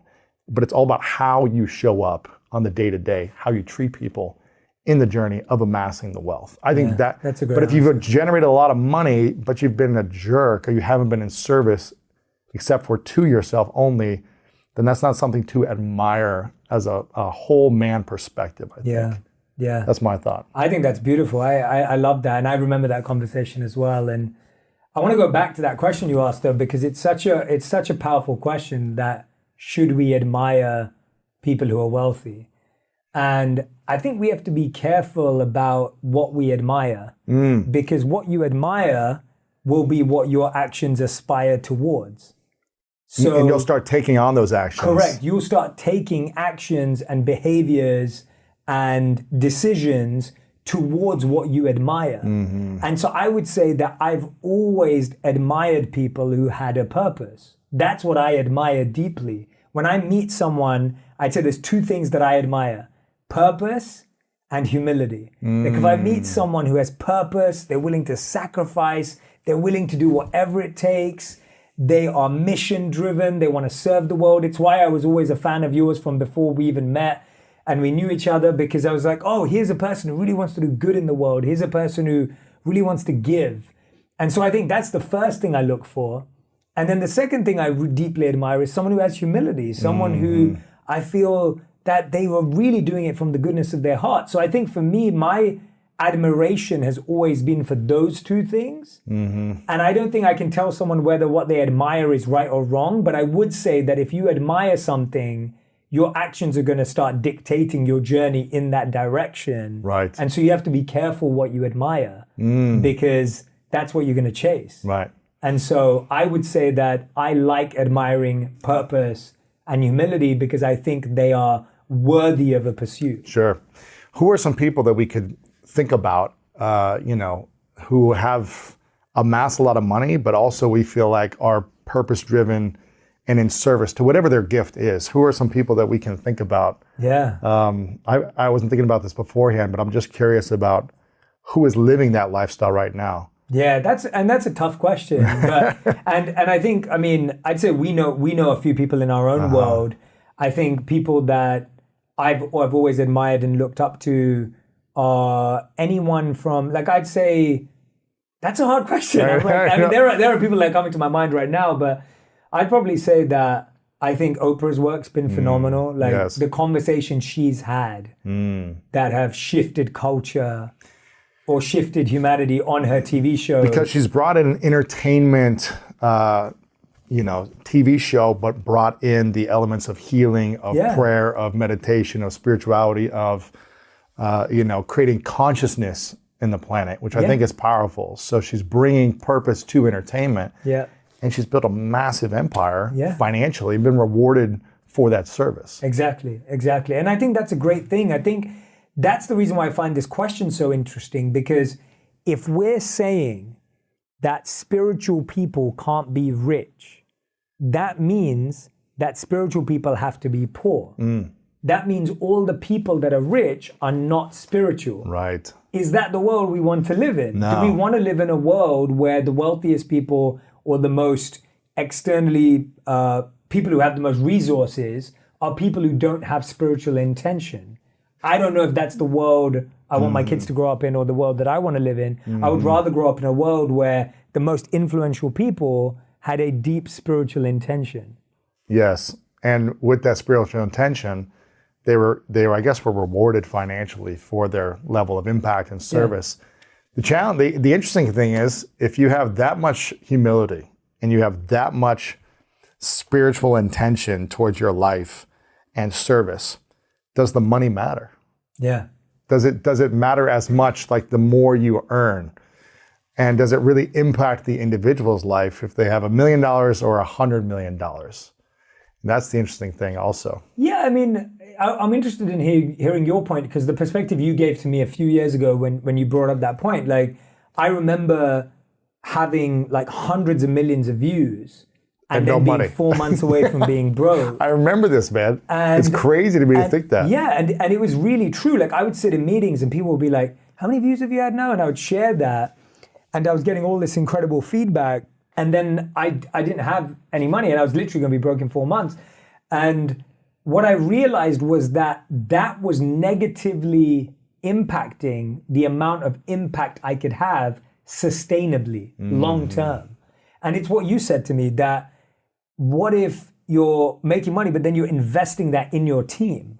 What if you're expanding and creating more opportunity? Like today, where we have teams across the world, you have your team here, I have my teams, who are also living their purpose. Yes. And we can only employ them because there's growth in this regard. And then they're getting to have a deeper impact. So to me, it depends on what scale of impact. you want to have. Like, yeah, and I think also spirituality for me is harmony.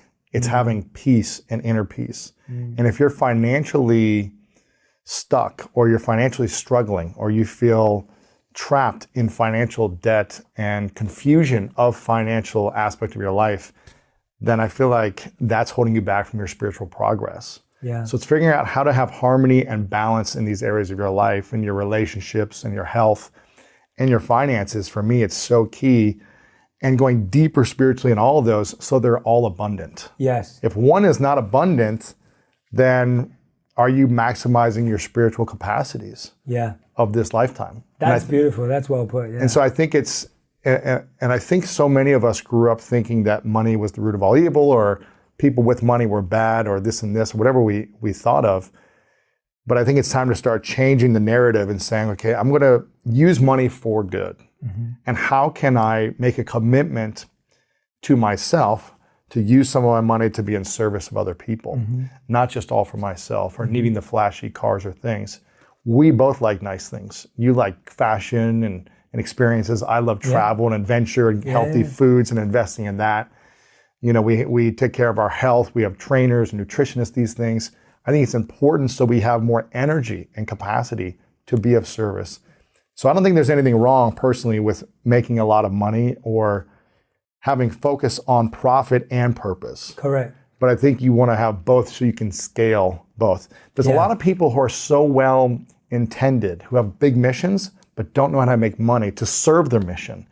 And they're doing a disservice to their cause because they haven't figured out the skill of copywriting, or enrolling people in fundraising, or sales, or some skill to bring in revenue to support the cause or the mission.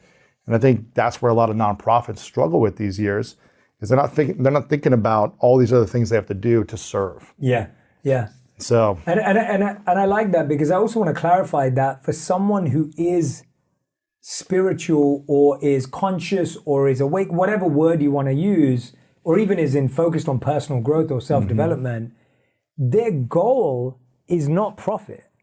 Their goal is their purpose, their mission, their service. But they recognize that this is something that they have to think about and organize around in order to serve the purpose. So I think it's more about what's your top priority. Like, you don't wake up in the morning every day going, how can I make more money today? Like, that's not the mindset.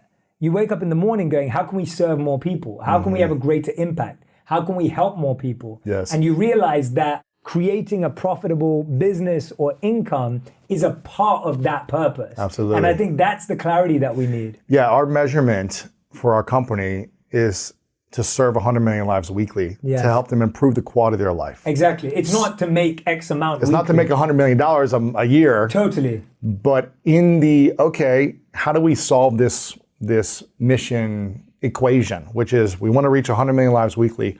What does that take? Well, most of it is through video right now. Video, through audio content, through social media, through books, through these different ways to scale a message, right? A different way to scale a message, which takes money, resources, and a team to execute on these different challenges in business to reach that mission.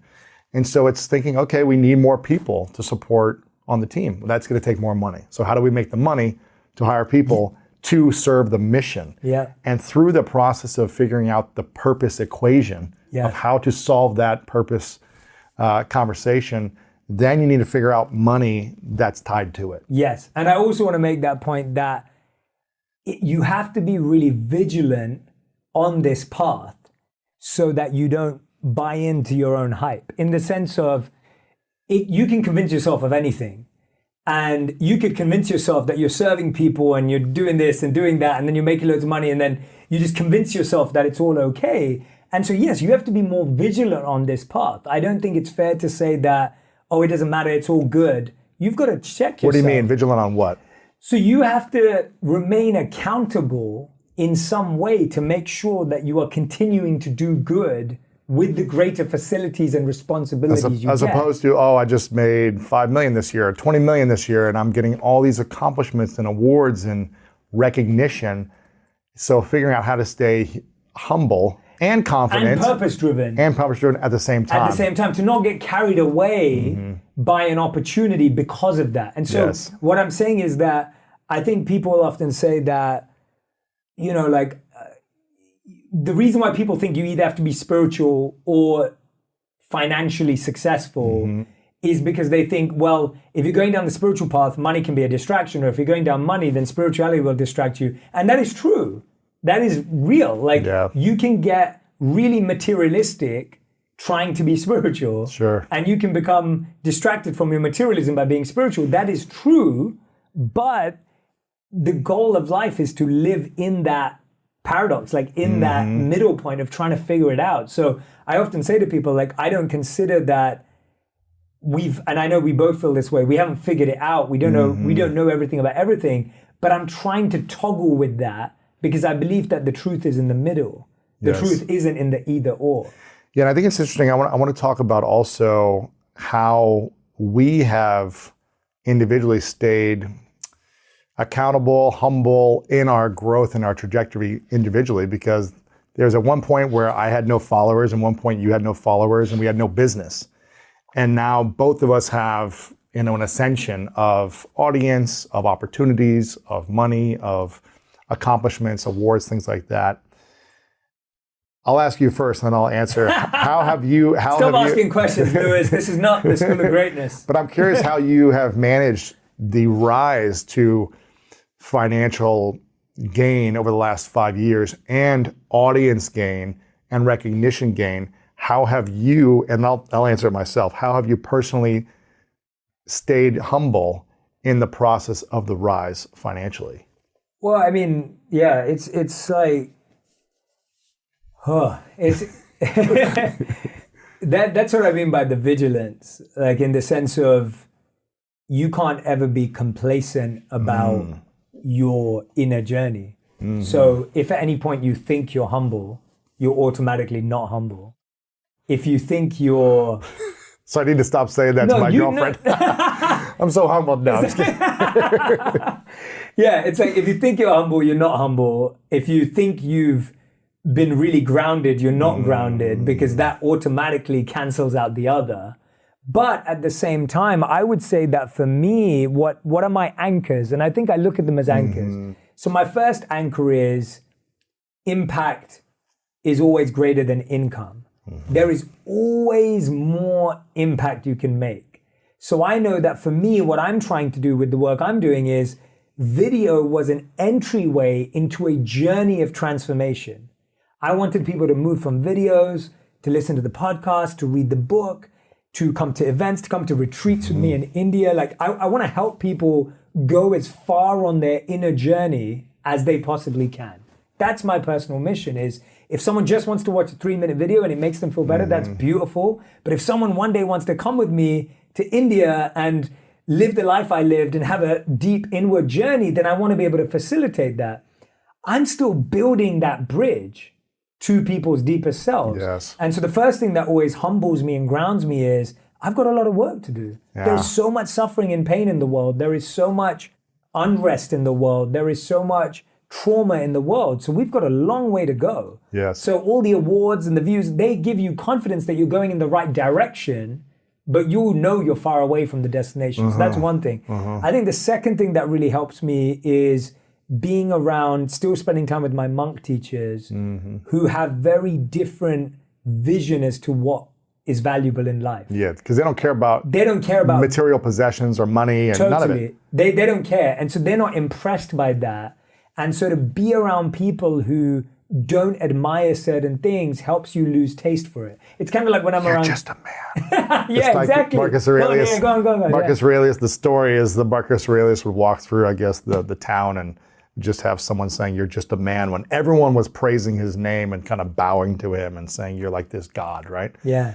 And it's having that accountability that you talked about, people in your life that admire you for who you are, not for what you're creating in the world, right? For just your kindness, your heart, your humanness, not the brand that you have built as an individual. And I think that's so important to have. My girlfriend, Martha, over Christmas, Love Martha. they did it. She's great. Over Christmas, they have this like little game that their family does where you pick out like a word that's going to be your kind of your word of intention for the year. And it's supposed to be the word you need. Like everyone picks out That's a word. beautiful. I love that. And you hang it in an ornament that goes on like a tree. And then you look at it again the next year, and then you're always reminded of this word. And there's different words like confidence and self-worth and intention and all these things. And can you guess what my word was? And these are random, right? So you don't know what it is. You pick it out, and it's random. Okay, let me think.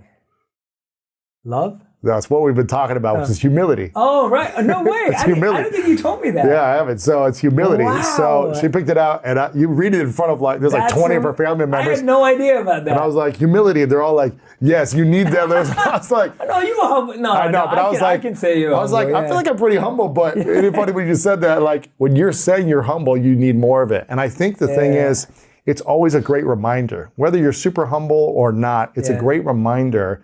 Because life will bring things to humble you if you do not consistently stay humble in your life. Yeah. There's injuries, sickness, attacks online or controversy, whatever might come up in the world, and it's going to continue to come up. Yeah. But as long as you have the accountability and the right people in your corner who call you out on your BS and also celebrate you when you're doing good things as well, I think that's important to have. I agree. I think life is a journey designed to disconnect you from your ego and dissolve your ego. If you think about life as that is the journey. Yes. And so as much as you willingly hand over of that journey, the less it's being pulled away. And what I mean by that is, and it's what you said, when you really think about any success you have or any impact you've made, there is someone who has helped you get there directly or indirectly. So for you to say, I am self-made, it isn't completely true because there was someone indirectly or directly that helped you get there. So if I say that, people appreciate how I communicate ideas today or certain ideas, I have to thank my monk teachers who taught me that wisdom. Or if someone says, hey, Jay, like you're really resilient or you've broken through a lot of challenges, but then you have to respect the people that tried to pull you down. And so that gave you the opportunity to overcome adversity. Exactly. Yes. And so either way, there have been people who have helped you get to where you are. And so you can't claim the ego of, I did this all myself. And I think there's also something to be said for humility and receiving acknowledgement from others and to yourself. Yes. And celebrating what you've also created. I love the acceptance award of Snoop Dogg where he says something like, and I want to thank me. Yeah, I want to thank me for all the late nights, all the early mornings, all the hard work, and I thank me for never giving up on me. Yeah. And I think there is this over humility sometimes too, where people are like, well, I'll be like, hey, Jay, it was so amazing what you did. And when people say, it was nothing, it wasn't me, I have to praise everyone else. I think there's a spiritual way to receive accomplishments and be humble in your thank you, graceful in your thank you, receive it as well, because you are showing up in a big way. 100%. So you can be humble and also gracious in your confidence. Yes, I think that's a great point, and I completely agree with you. I don't think it's never either or. I think that's the point, that whenever anyone tries to make it, it's like, should you be humble or should you be confident? It's like, be both. Should I be successful or should I be spiritual? It's like, be both. Like you can be both. Like and we need to be both, because sometimes you are going to need to. I agree. Like when you reject praise, what happens? Or genuine acknowledgement, what ends up happening is you lose the opportunity for someone else to express gratitude. To give. You've blocked that ability for them to give. You're robbing someone's gift. Yes. And that's a no-no. No, we'll talk about a whole nother session on the law of attraction and the hustle. Yes. But there's something to be, and people that make money know how to receive, because they receive money. And there's a flow also. There's a flow to it. The ones who are really good don't hoard it, right? Yeah. They let it in and they let it out. It's like a cycle. and they're investing it and they're spending on people and they're building things. And they don't say, no, I'm not ready for money. Don't give it to me right now. It's the same thing. Like, you don't want to block someone's acknowledgement or praise or opportunities and say, I'm not ready for it. Yeah. Like, take it in, receive it, be graceful. And you can also be humble at the same time. Yeah, use it as fuel. Yes. Don't let it go to your head. Right. But you use it as fuel. So if someone gives you praise, you go, oh, thank you so much. That's amazing. Now I'm going to use that to work harder. Yeah. Right? But you're not just using it to go, okay, it's gone to my head. Now I'm going to feel that. You're using it as fuel.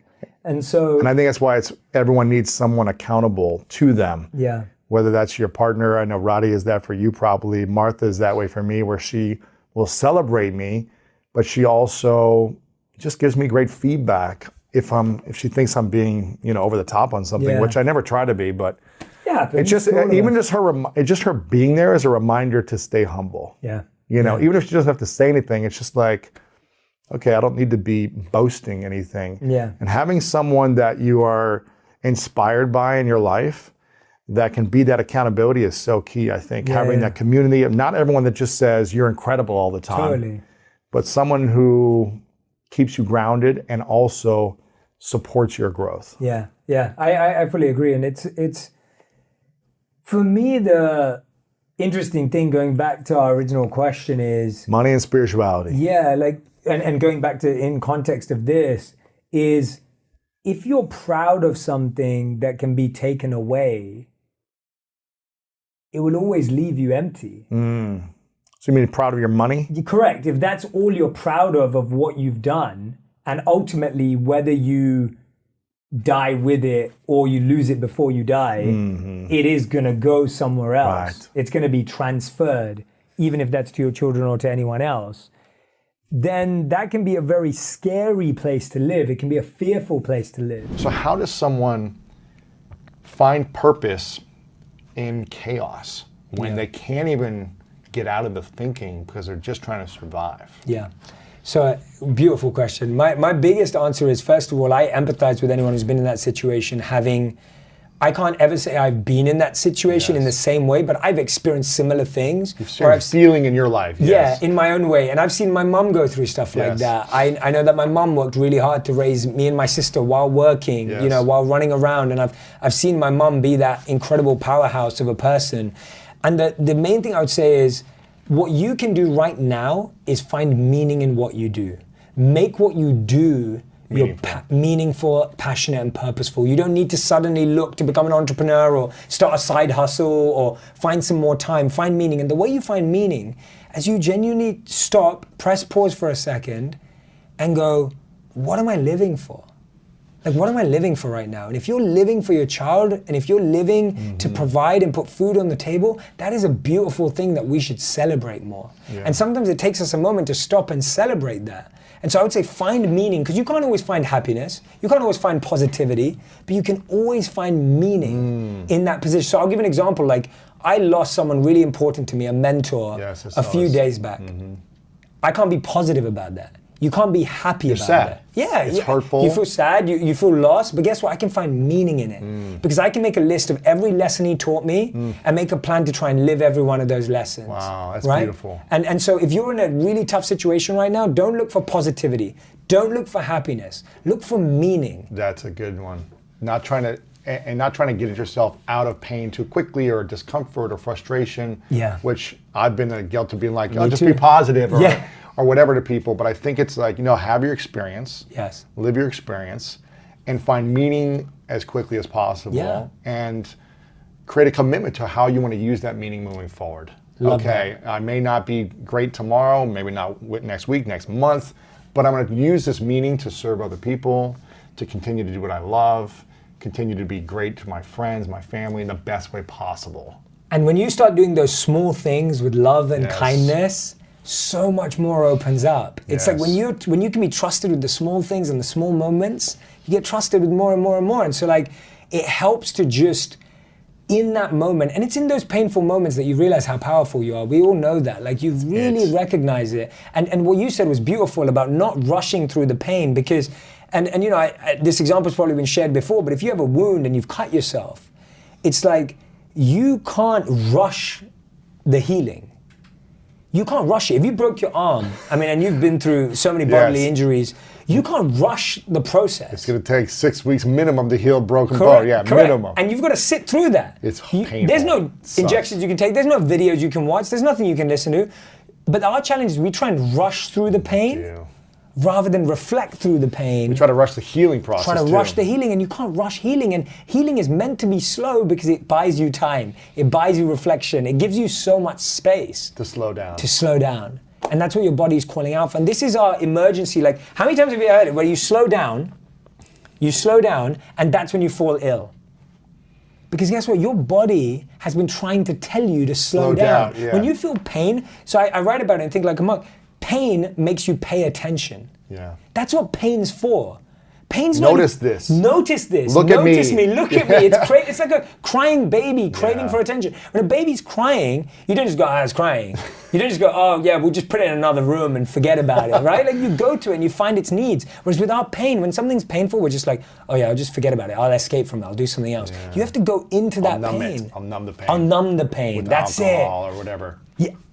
100%. That's usually our response is, what can I do to numb this? Work more, have sex more, drink more, whatever. drugs more, whatever it is. Rather than let me actually become alert. And guess what? The pain just gets higher and higher and higher and higher because unfortunately, until it really hurts, we don't stop. Or you need more and more to numb it with. So true. And so you go to the extremes of life, right? So true. Now, what's been the most painful thing you've had to experience since, because I know leaving the monkhood was painful for you, because this was a mission of yours that you wanted to have for your whole life, and I think you were there for 3.5 years. So what's been the most painful thing, I guess, in the last 6 or 7 years since that time that you've had to reflect back on, take notice of, pay attention to, and reevaluate? That's a great question. I think for me it was in 2016 I moved out to New York. So just let me paint a picture of 2016. I moved 3 jobs. I got married. Wow. I moved country. And I just started a whole new life. Like my life just transformed. So we went through all of that with my wife in 1 year. And by the way, all of that was surprises. The job change was surprises. Yeah. The country change was a surprise. The marriage was not a surprise. We planned that. Right. But apart from everything else, everything was a surprise. Now I said I like surprises, so I can roll with it. But my point is that's a lot of transition in a year. So much transition. And I felt the burden of being in a new city where we had no family, we had no friends. And my wife, who loves being around her family, and no one understands just how close she is to them, I felt this burden on me that I had taken away her time with her family, and now she was alone. So I was going out to work, and she'd be crying at home. And I was thinking, she's got no friends, she's got no support. And I know you can relate to this with moving and relationships and so much going on. And so it's like, I'm dealing with that, and guess what? 6 months later, I have to leave and move on and work on a new career to build everything myself. And then I'm 4 months away from being broke. And so on top of all of this, I've now got 4 months away from being broke. I've got enough money saved for 4 months to pay for rent and groceries, and that's it. In New York City. In New York City, and that's it. And guess what? Even on top of that, I've got 30 days before my visa runs out and I'm kicked out of the country. So I can't even live here anymore.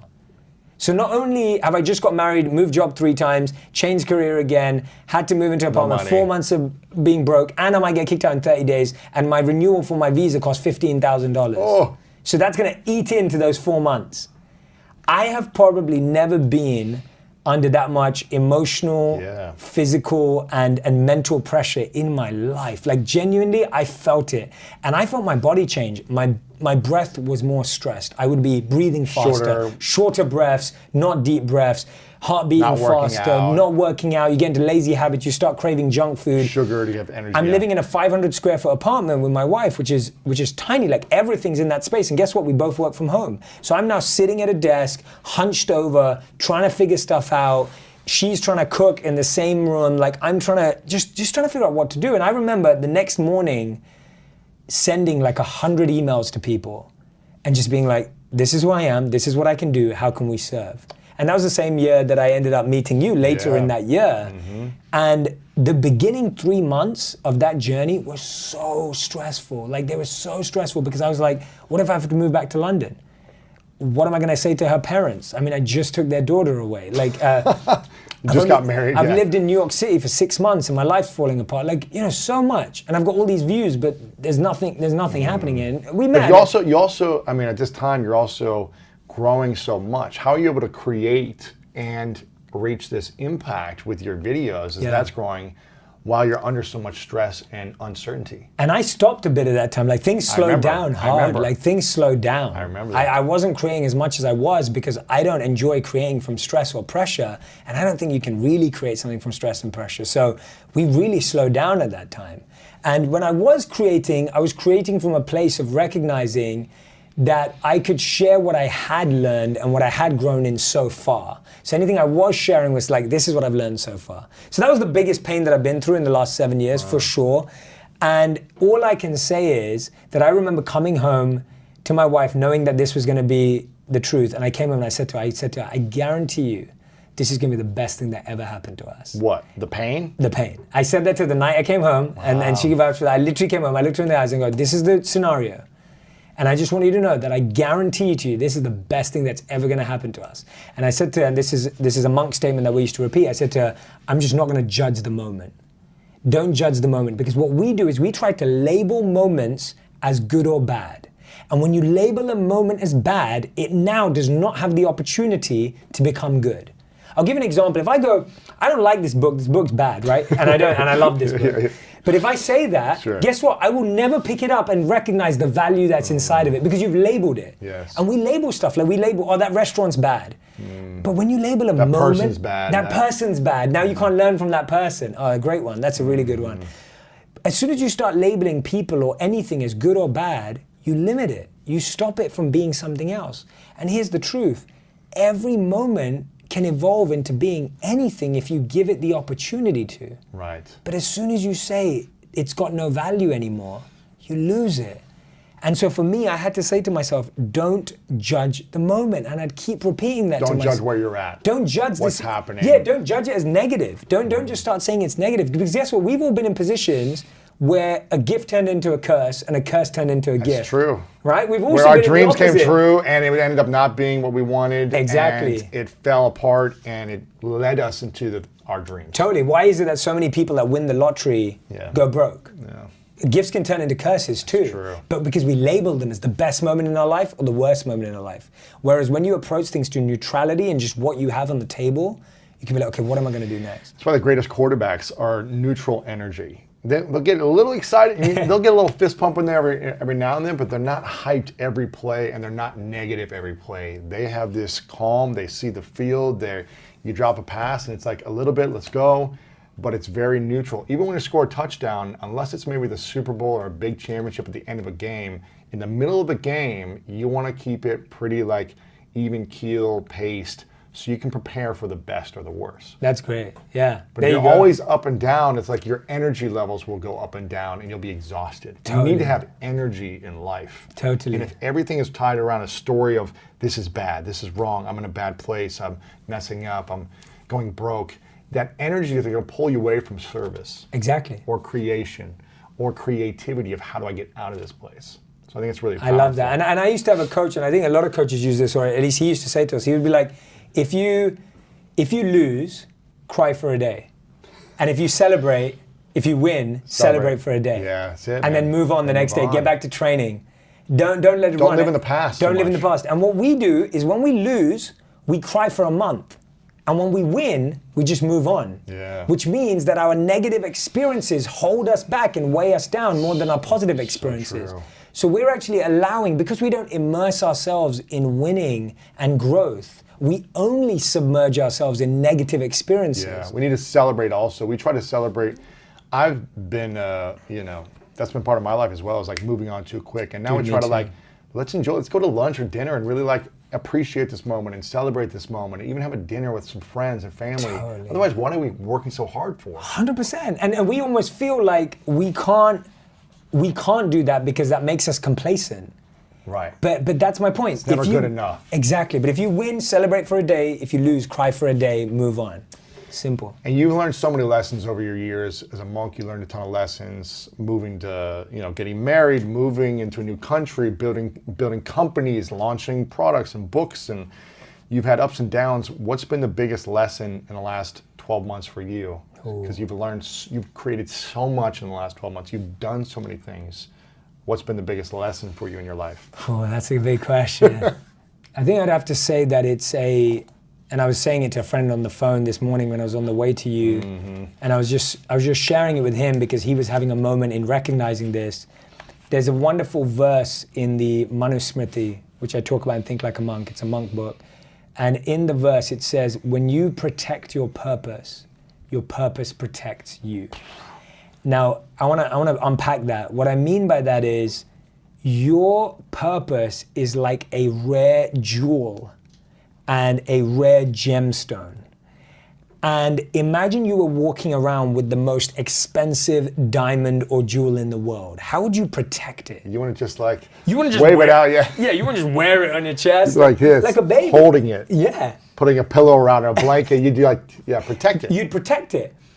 And so your purpose is like that. And guess what? Wow. People are going to tell you every day that jewel is not worth anything.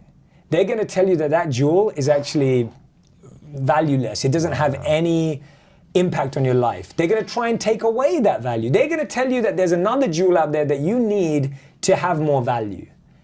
And what ends up happening is I love the word, look at the wording, protect your purpose. You have to protect it. So what happens is your success grows, you get more opportunities, more ideas, more things coming your way, temptations, but they can all take you away from your purpose. Yeah. Distractions. And to me, I'm repeating this for myself because I'm like, I just want to stick to what I was born to do. And I'm so grateful that I get to do it. I'm so happy I get to do it. And I want to keep protecting it. I don't want to get lost in the waves. You know, you don't want to just get chucked in the waves of the ocean and just get lost and just not know where you're going. So for me, when you protect your purpose protects you. So that's been your biggest lesson? That's my biggest lesson. Why? Do you feel like your purpose has been maybe distracted in some ways? I don't think it has. But I'm saying it so it doesn't. Like you're reminding yourself. Yeah, I'm reminding myself. Like I'm preaching to myself right now. It's especially like, being in Hollywood and the temptation of all these opportunities out here. Totally. And I think for me it's a bigger lesson also because it gives me more faith. So I always encourage, and this is actually this is why it's my biggest lesson.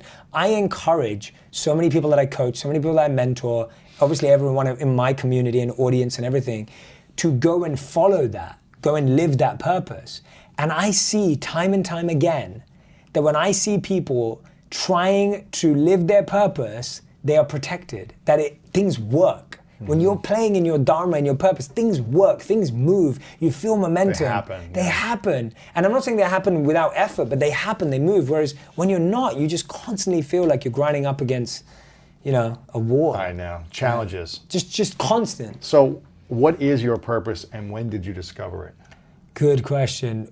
What is my purpose is simple. It's always has been not since the beginning because I discovered it afterwards. My purpose is making wisdom go viral. And I've stuck with that and I've kept it that way because to me, and there's more to it, making wisdom go viral through entertainment, I would say is my purpose because I believe that is something that is uniquely my goal, impact, and service. Yeah. And the beautiful thing is I'm not limited to a platform. So that can be books, it can be podcasts, it can be TV shows, it can be movies. It's not limited. And this I learned by reading. I was reading after, and this was after my video started to get seen. This wasn't before I did it. It wasn't like I sat down and I wrote this fancy tagline. I was reading Salim Ismail's book called Exponential Organizations. And in this book, he talks about something called an MTP, a massive transformational purpose. And he says that every major person, organization in the world has an MTP. So an MTP has to be aspirational, it has to be massive, and it has to be service and purpose-based. So Google's is organizing the world's information.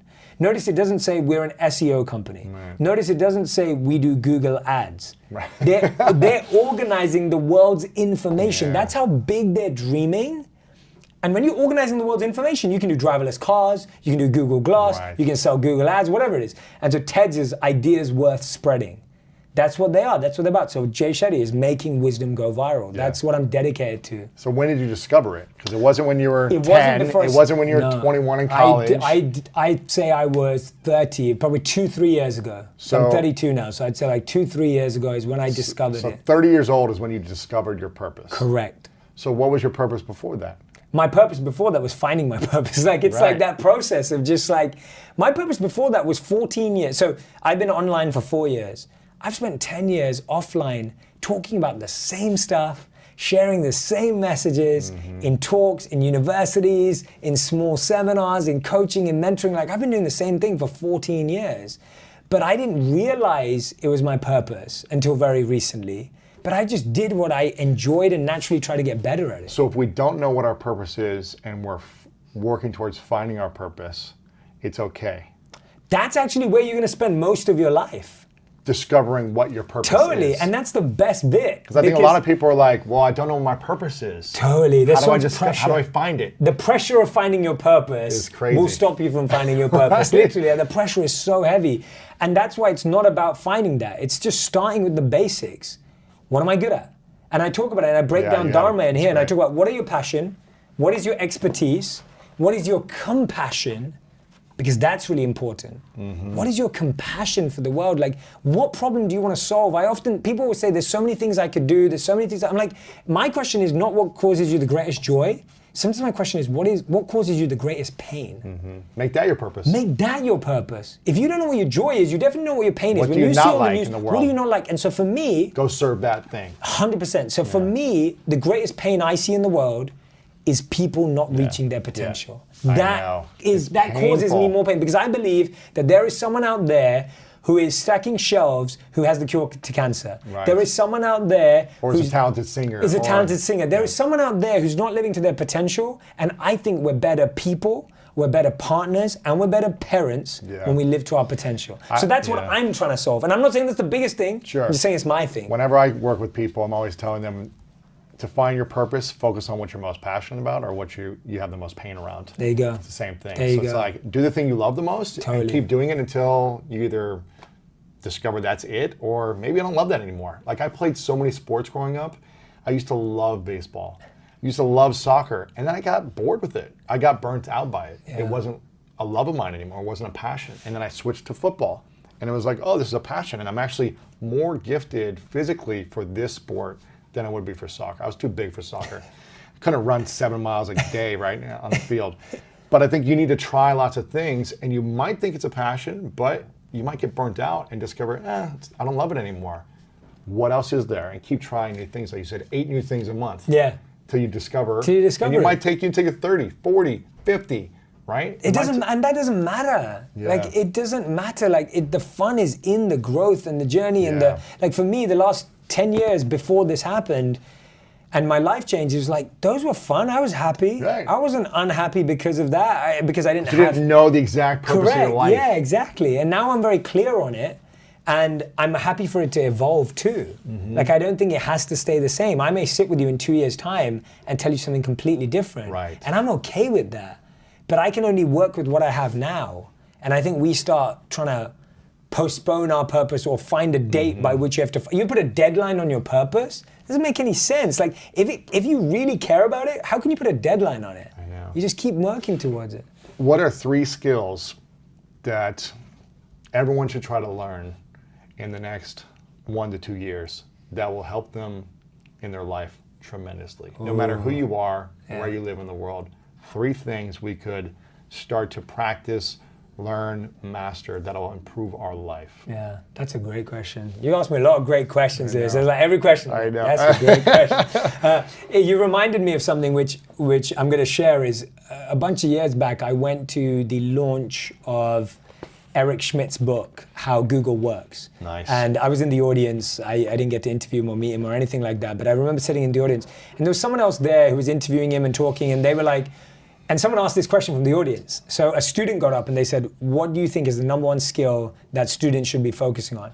And they said, everyone should become data analysts. They were like, everyone in this room should become a data. And I was sitting there going, I know nothing about being a data analyst.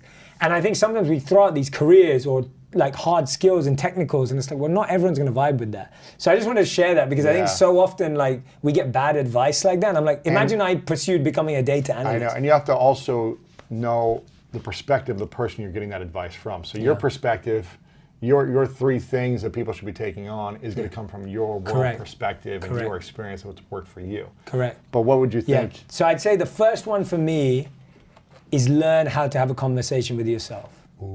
Like just learn how to have a conversation with yourself.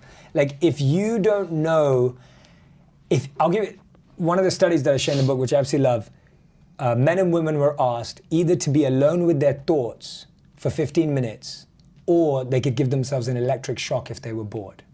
And they took the shock. 30% of women chose an electric shock and 60% of men chose an electric shock because they didn't want to be alone with their thoughts. For 15 minutes. For 15 minutes.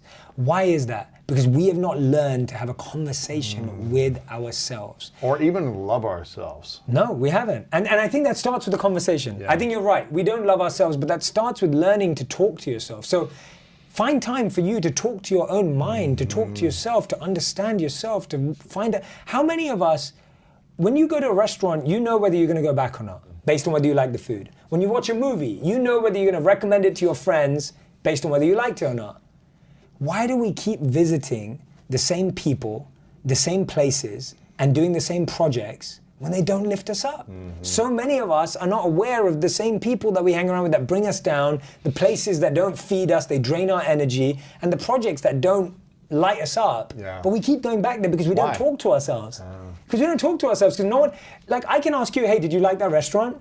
But when do we ask ourselves, hey, do I want to hang out with that person? Does that person Do I want to be in this relationship? Do I want to be in this relationship? Do I want to be in this job? We get scared of those conversations. So we avoid them. So that's first tip. The second thing, learn to have a conversation with yourself. Learn to have a conversation with yourself. The second thing is know how your mind tricks you. So we used to play this game in the monastery where every time you lose to your mind, you put a scoreboard up and you put a 1 for the mind and 0 for you. When you lose to the mind, meaning what? Like, so let's say you make a commitment. So I make a commitment that I'm not going to eat sugar. And then you do. In 2020, and I do. The mind beats you. The mind beats me to it. So I'm going to put a 1 for the mind and a 0 for me. That's right? great. It's great. It's competing with yourself in a good way. It's fun, yeah. And people do this with like, I guess now with like dollar jars or whatever. Like you put a dollar in, you say, and you swear. But that doesn't make sense because you end up making money every time you swear. So it doesn't. So, but if you beat your mind and you put it, it's great. Yes. So you have to start learning the tricks of your mind. When and how does your mind fool you into making bad decisions? That's good. If you know that. Where did it fool you the most that it was the hardest for you to overcome? Yeah, I think the biggest thing is probably ego. Like it's wanting to, it's like walking into a room expecting respect, walking into a room expecting to be dealt in a certain way. Wow. Like when you treated with you royalty. You buy your own hype, right? You fall for the stuff like that. Do you still fall for this sometimes? I think we all do. Yeah, I think I would be in ego if I didn't say I did. Like as in like ego. That's the trick of the ego. The ego makes you think you're untouchable, and the ego makes you think that you are, that nothing about you can ever go wrong, or you're perfect, or not even that, but the ego. Nothing can bring you down. Nothing can hurt you. Correct. The moment you think you can't be brought down, you will be brought down. Right. The moment you think that you can't, like one of my teachers would always pray that he never, and he's been a monk for 40 years, he would always pray that he would never fall to his temptations.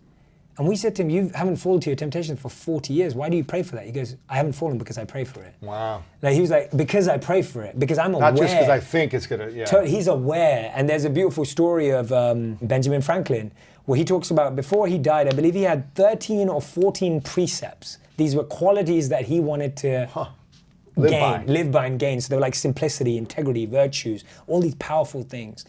And he was asked when he was on his deathbed, which was the one he didn't accomplish. And he said the last one, that was humility.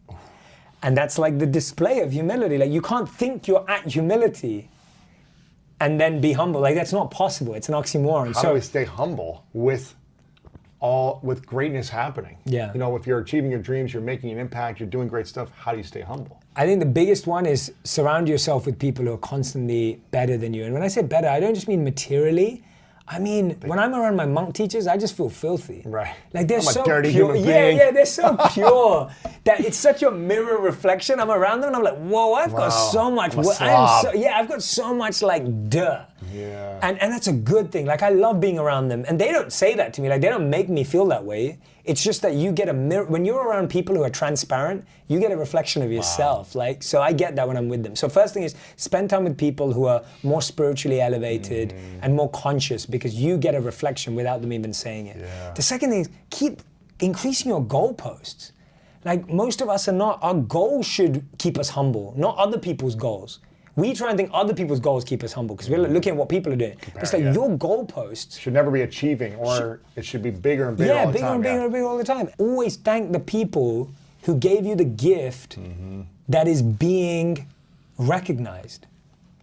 Like, if you're being recognized for a gift, someone gave that to you somewhere. Thank your mentor. Thank your teachers. Yeah. Give it back to them, because I think we forget that. Like, you start thinking you're self-made.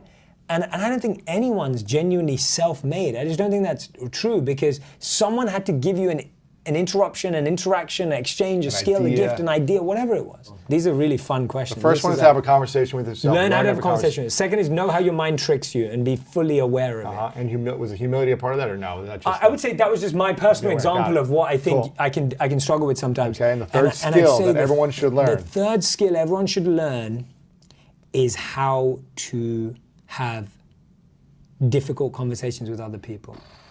So hard. Because I think that marriages are made of it, dating's made of it, friendships are made of it. I think sometimes we've had some difficult conversations, like in the sense of I've had to call you up and say something, and it's like, I think we're good at that with each other, and that's why our friendship is strong, because I think we're honest with each other, and I feel that you feel comfortable telling me stuff. Like, we've had email exchanges where you've been honest with me and I've been honest with you, and I'm like, I think that's good. Because I think when you don't have tough conversations with people, your relationships just sit on the surface, or they never go anywhere. It's the strong emotion that begins to select and instruct the gene that creates disease. Why? Because if the environment signals the gene, and that's the truth, that's epigenetics, and the end product of an experience in the environment is an emotion, the emotion that you feel from that event is literally selecting the gene.